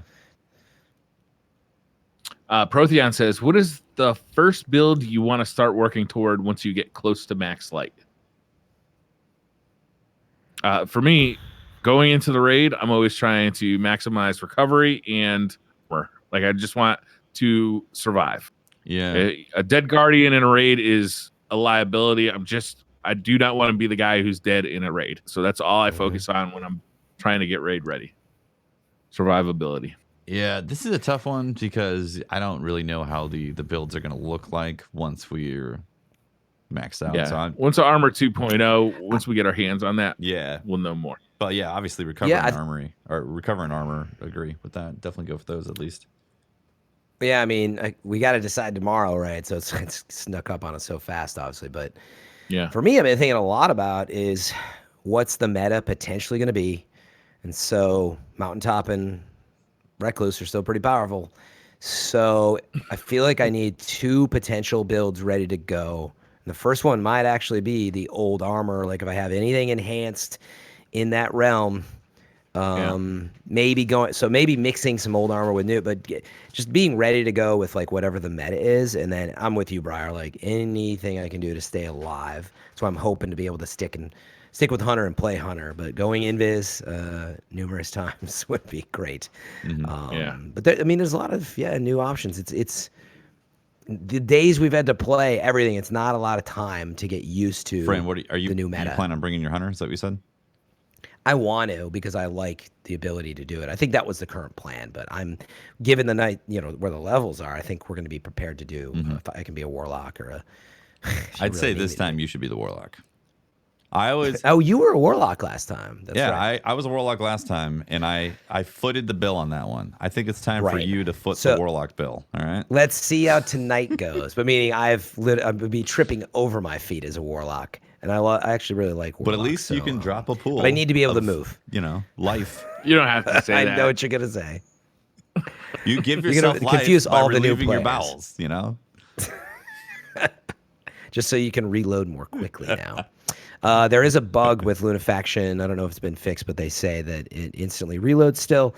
So if you're a new player or didn't catch it, you might think that it still works, but it doesn't. So the Rift just does fast reload now, which I think everybody knows. But apparently there's a bug on the boots. They still say what it used to do. Right.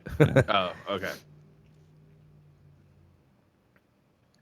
Pedro VCM says, when the servers were down on launch day, I saw a ton of positive comments and funny jokes on Budgie's Twitter. Only a few outsiders that got immediately shut down by the community. Is this a honeymoon phase? You think this will be the norm with an independent Bungie? There's always going to be salty players, and like I said earlier, whiny bitches that are like Yeah, knee-jerk he's reactions. actually saying the opposite, though, is that he saw a lot of positivity and funny jokes. Yeah. And that the haters were actually getting shouted down by the community. Well, I mean, there's always a mixture. Like, there's a vocal minority that is very loud, but there's always positive, like people who really enjoy what the developers are doing. And like, what I'm saying is it's always going to be a mix.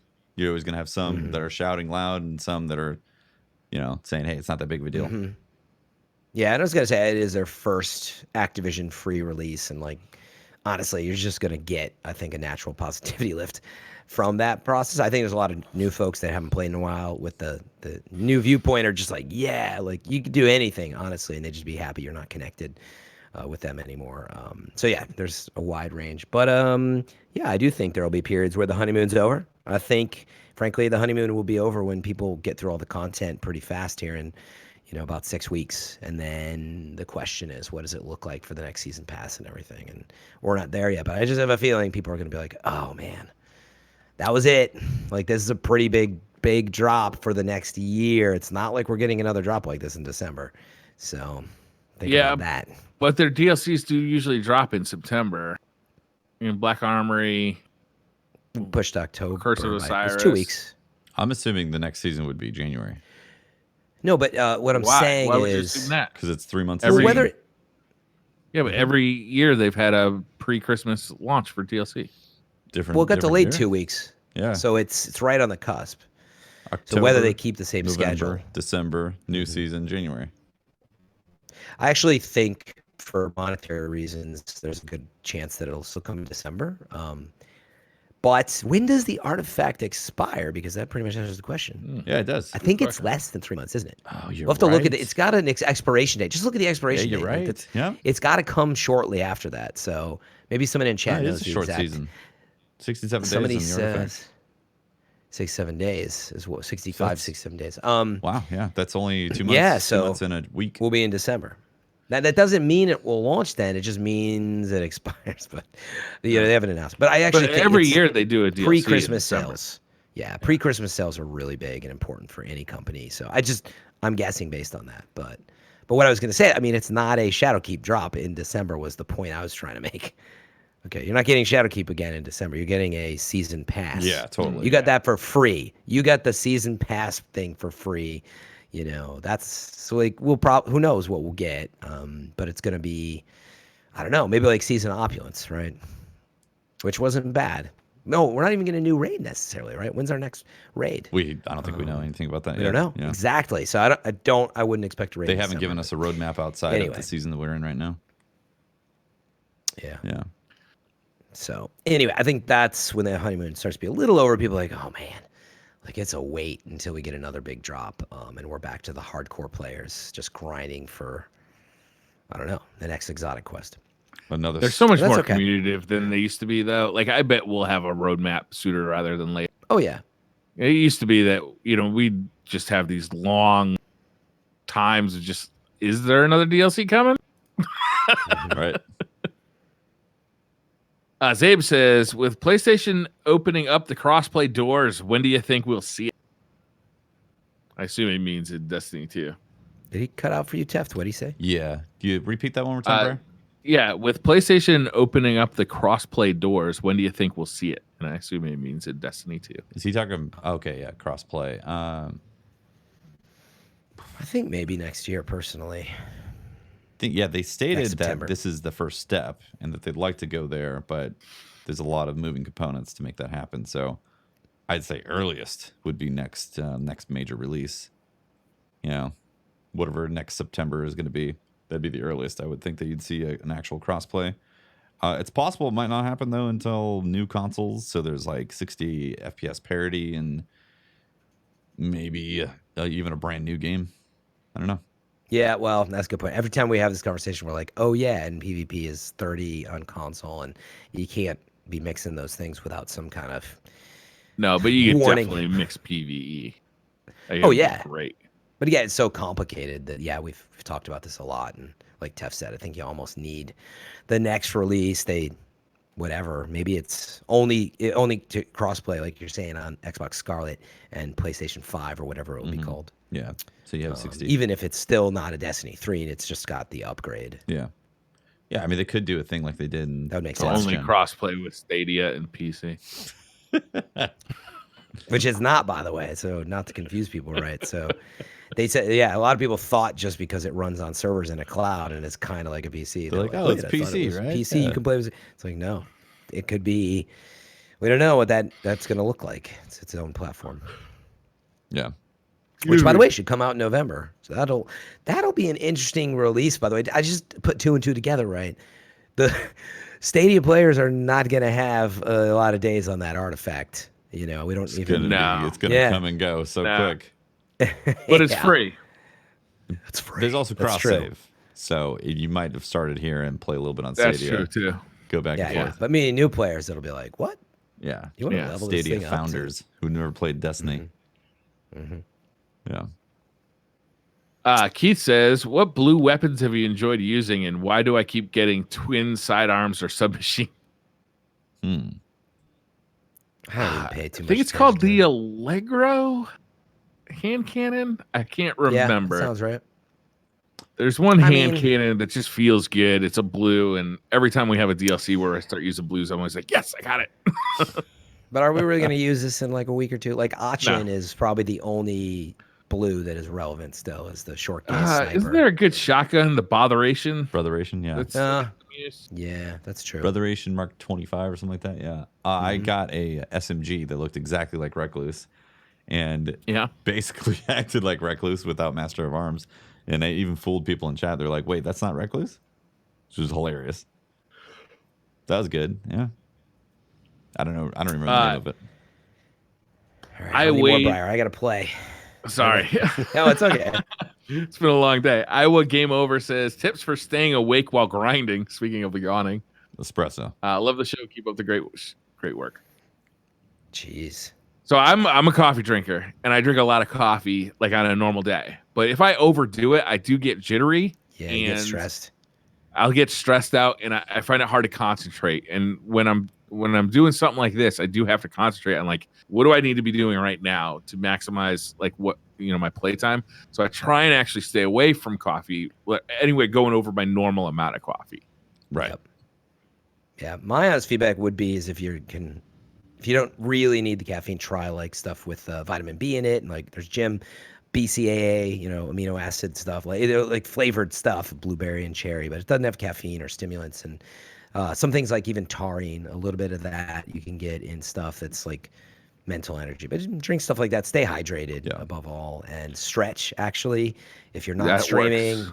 It's a lot easier to get up and stretch. And then if you're really tired, like honestly, they always say cold water, splash cold water in your face. There's a reason it's uncomfortable. And they say that it will wake you up as much as a cup of coffee, I've heard, temporarily.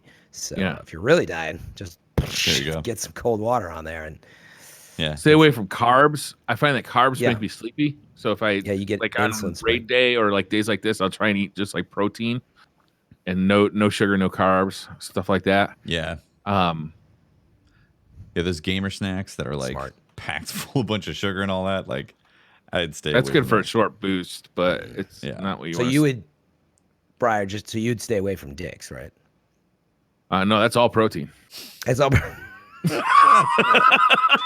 But you guys ate it at PAX, a lot of it. I didn't could only have the French fries. Boy, so, howdy. So They did not have. I thought it was too many gluten-free carbs. That's why I buns. left. Oh, they did. Buns are not gluten free. Yeah, they weren't. They were. Actually, apparently the patties were contaminated as well with how they cook them. So I was like, just give me the French really? fries. Yeah. There you go. One more tip is take a nap. 20-minute nap, man. You'd be surprised how refreshed you can feel after a 20-minute nap. Yeah. Stay hydrated. Don't go Yeah. longer though. Stay hydrated. Yep. Drink Don't- plenty of water. Don't take like an hour nap because then you wake up and you're still tired. If you take like a 20-minute nap though, it really is refreshing. Yeah. Yeah. Wait, by the way, just for we have talked about after PAX, you guys went and ate at Dick's after the show, Wait, right? what are you talking about? Or after. I don't know what you're talking When about. you exactly okay, because I'm actually worried that it never came up on the show, and I'm referencing like a tweet, and now there's gonna be like all This these is people strange. that are like, What's Fran talking about? I know, I ruin Weird, jokes, man. ruiner of jokes. Anyway, I actually just saw had to a be there. picture of Bill Gates standing in line at Dick's. Yeah. And there was no, I probably wrote 3 different like tweets, like replying to it or like copying it. And like, there's no one of these that I don't sound like a complete pervert. So I'm just like, I'm just going to leave it alone. just Better delete just this be tweet. quiet. Okay. This question from Fran Mirabella that's coming in. It says, "Hey, when are we gonna?" I'm just When kidding. are we going to be able to jump When are we on gonna to wrap this- Destiny and grind wrap more? this up? When are we gonna be raid ready? All right, last question of the night. Vanguard says, when making a PB&J, do you put jelly on the side and butter on the other side, or do you spread on the same side? I do one on each side. Jelly on one side. I stack. You spread See- them together. Well, what I do is I spread. I mean, you spread put the peanut jelly How butter. do you top, don't spread you? the jelly on top of the peanut butter? You spread the peanut butter. All right. Gently. A nice little with the peanut butter, and then I take a spoon and I scoop the jelly. I throw a dollop on there, and then I pat the butt side of the spoon into the jelly so it spreads from the center. Yeah. Yeah. He The spoon is gingerly the superior spreads. jelly Gingerly spreading spread it, device. yeah. You don't want any part of a knife with jelly. Yeah. Well, why wouldn't you just use the other side of the bread? Because I'm usually doing an open-faced PB&J.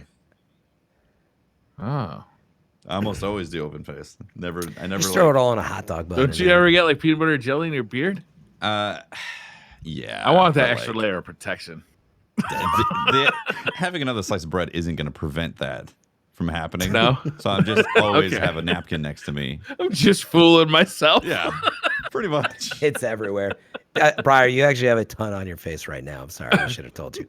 It's just all purple and brown all in your beard. Okay. That's it. I mean, we got a ton of Twitter questions, but I mean, Oh, you're going to throw me under the bus. See, everybody's going to blame me this week. I'm sorry. Unbelievable. We just have the Guys, raid race. Really apologize. And I was working all today. Really apologize that the podcast is only 2 hours and 15 minutes because of Fran. Really sorry, guys. Unbelievable. wow. Oh, I knew this was going to go there. It wasn't Watts at all. We've been doing side quests for this. We actually did an hour-long side Yeah, quest. So. we've been doing a little side quest tonight on DCP Live here. Well, I think that's the show, right? I think so. Any Thumbs chance up. we could talk about something else in Destiny for 30 minutes? Maybe go a little bit longer. What do you think? Yeah. Fran is Bloop, interested. you're just getting my screen's just gonna go bloop, just black. Where'd Fran go? Do we have a Guys, two-man sorry. side quest? Do we have any early predictions on PvP meta that we? Exactly. All right. Well, that is the show, guys. my signal's breaking up. There we Everybody, go. sorry. That is the show, guys. Thank you very much for tuning in. We are very excited about the raid coming up on Saturday. We're going to be doing it first thing, jumping into the raid. Also, we got the whole raid cast happening here on the channel. It's going to be great to watch. So if you're interested in that stuff, it's going to be on the same channel, DCP_live on Twitch. All live action stuff happening. And then next week, we will be diving even further into more details about the raid and the loot and how things have been feeling post raid grind and all those things. So yeah, good stuff. Very much so. Looking forward to getting into Armor 2.0 a little bit. Really investigating it. builds and all that, right? Yeah. Yeah. So Fran, where can people find you? You can catch me right here on Twitch TV/FM3_. Briar. I'm Briar Rabbit. You can find me on Twitter at the Briar Rabbit. Sorry, forgot who I was there for No a second. problem, man. His name is Briar. Need some more caffeine. The Briar Rabbit. And I am Tefty Teft. You can talk to me at Teft on Twitter. You can catch my streams, twitch.tv/TeftyTeft, where I've been playing an absolute ton of Shadowkeep and I've been loving it so far. And so thank you very much for all of our listeners. If you're listening on one of our various podcast syndications, or if you listen on YouTube or watching live on Twitch, all that stuff, really appreciate all the support, guys. And thanks to our Patreons for making our productions happen as well. So, and our Twitch, Thank you. Twitch subs and all that stuff. So thanks, guys. We're going to go grind Shadowkeep. Thanks for watching. Bye-bye. Bye. See you Saturday. Bye. All.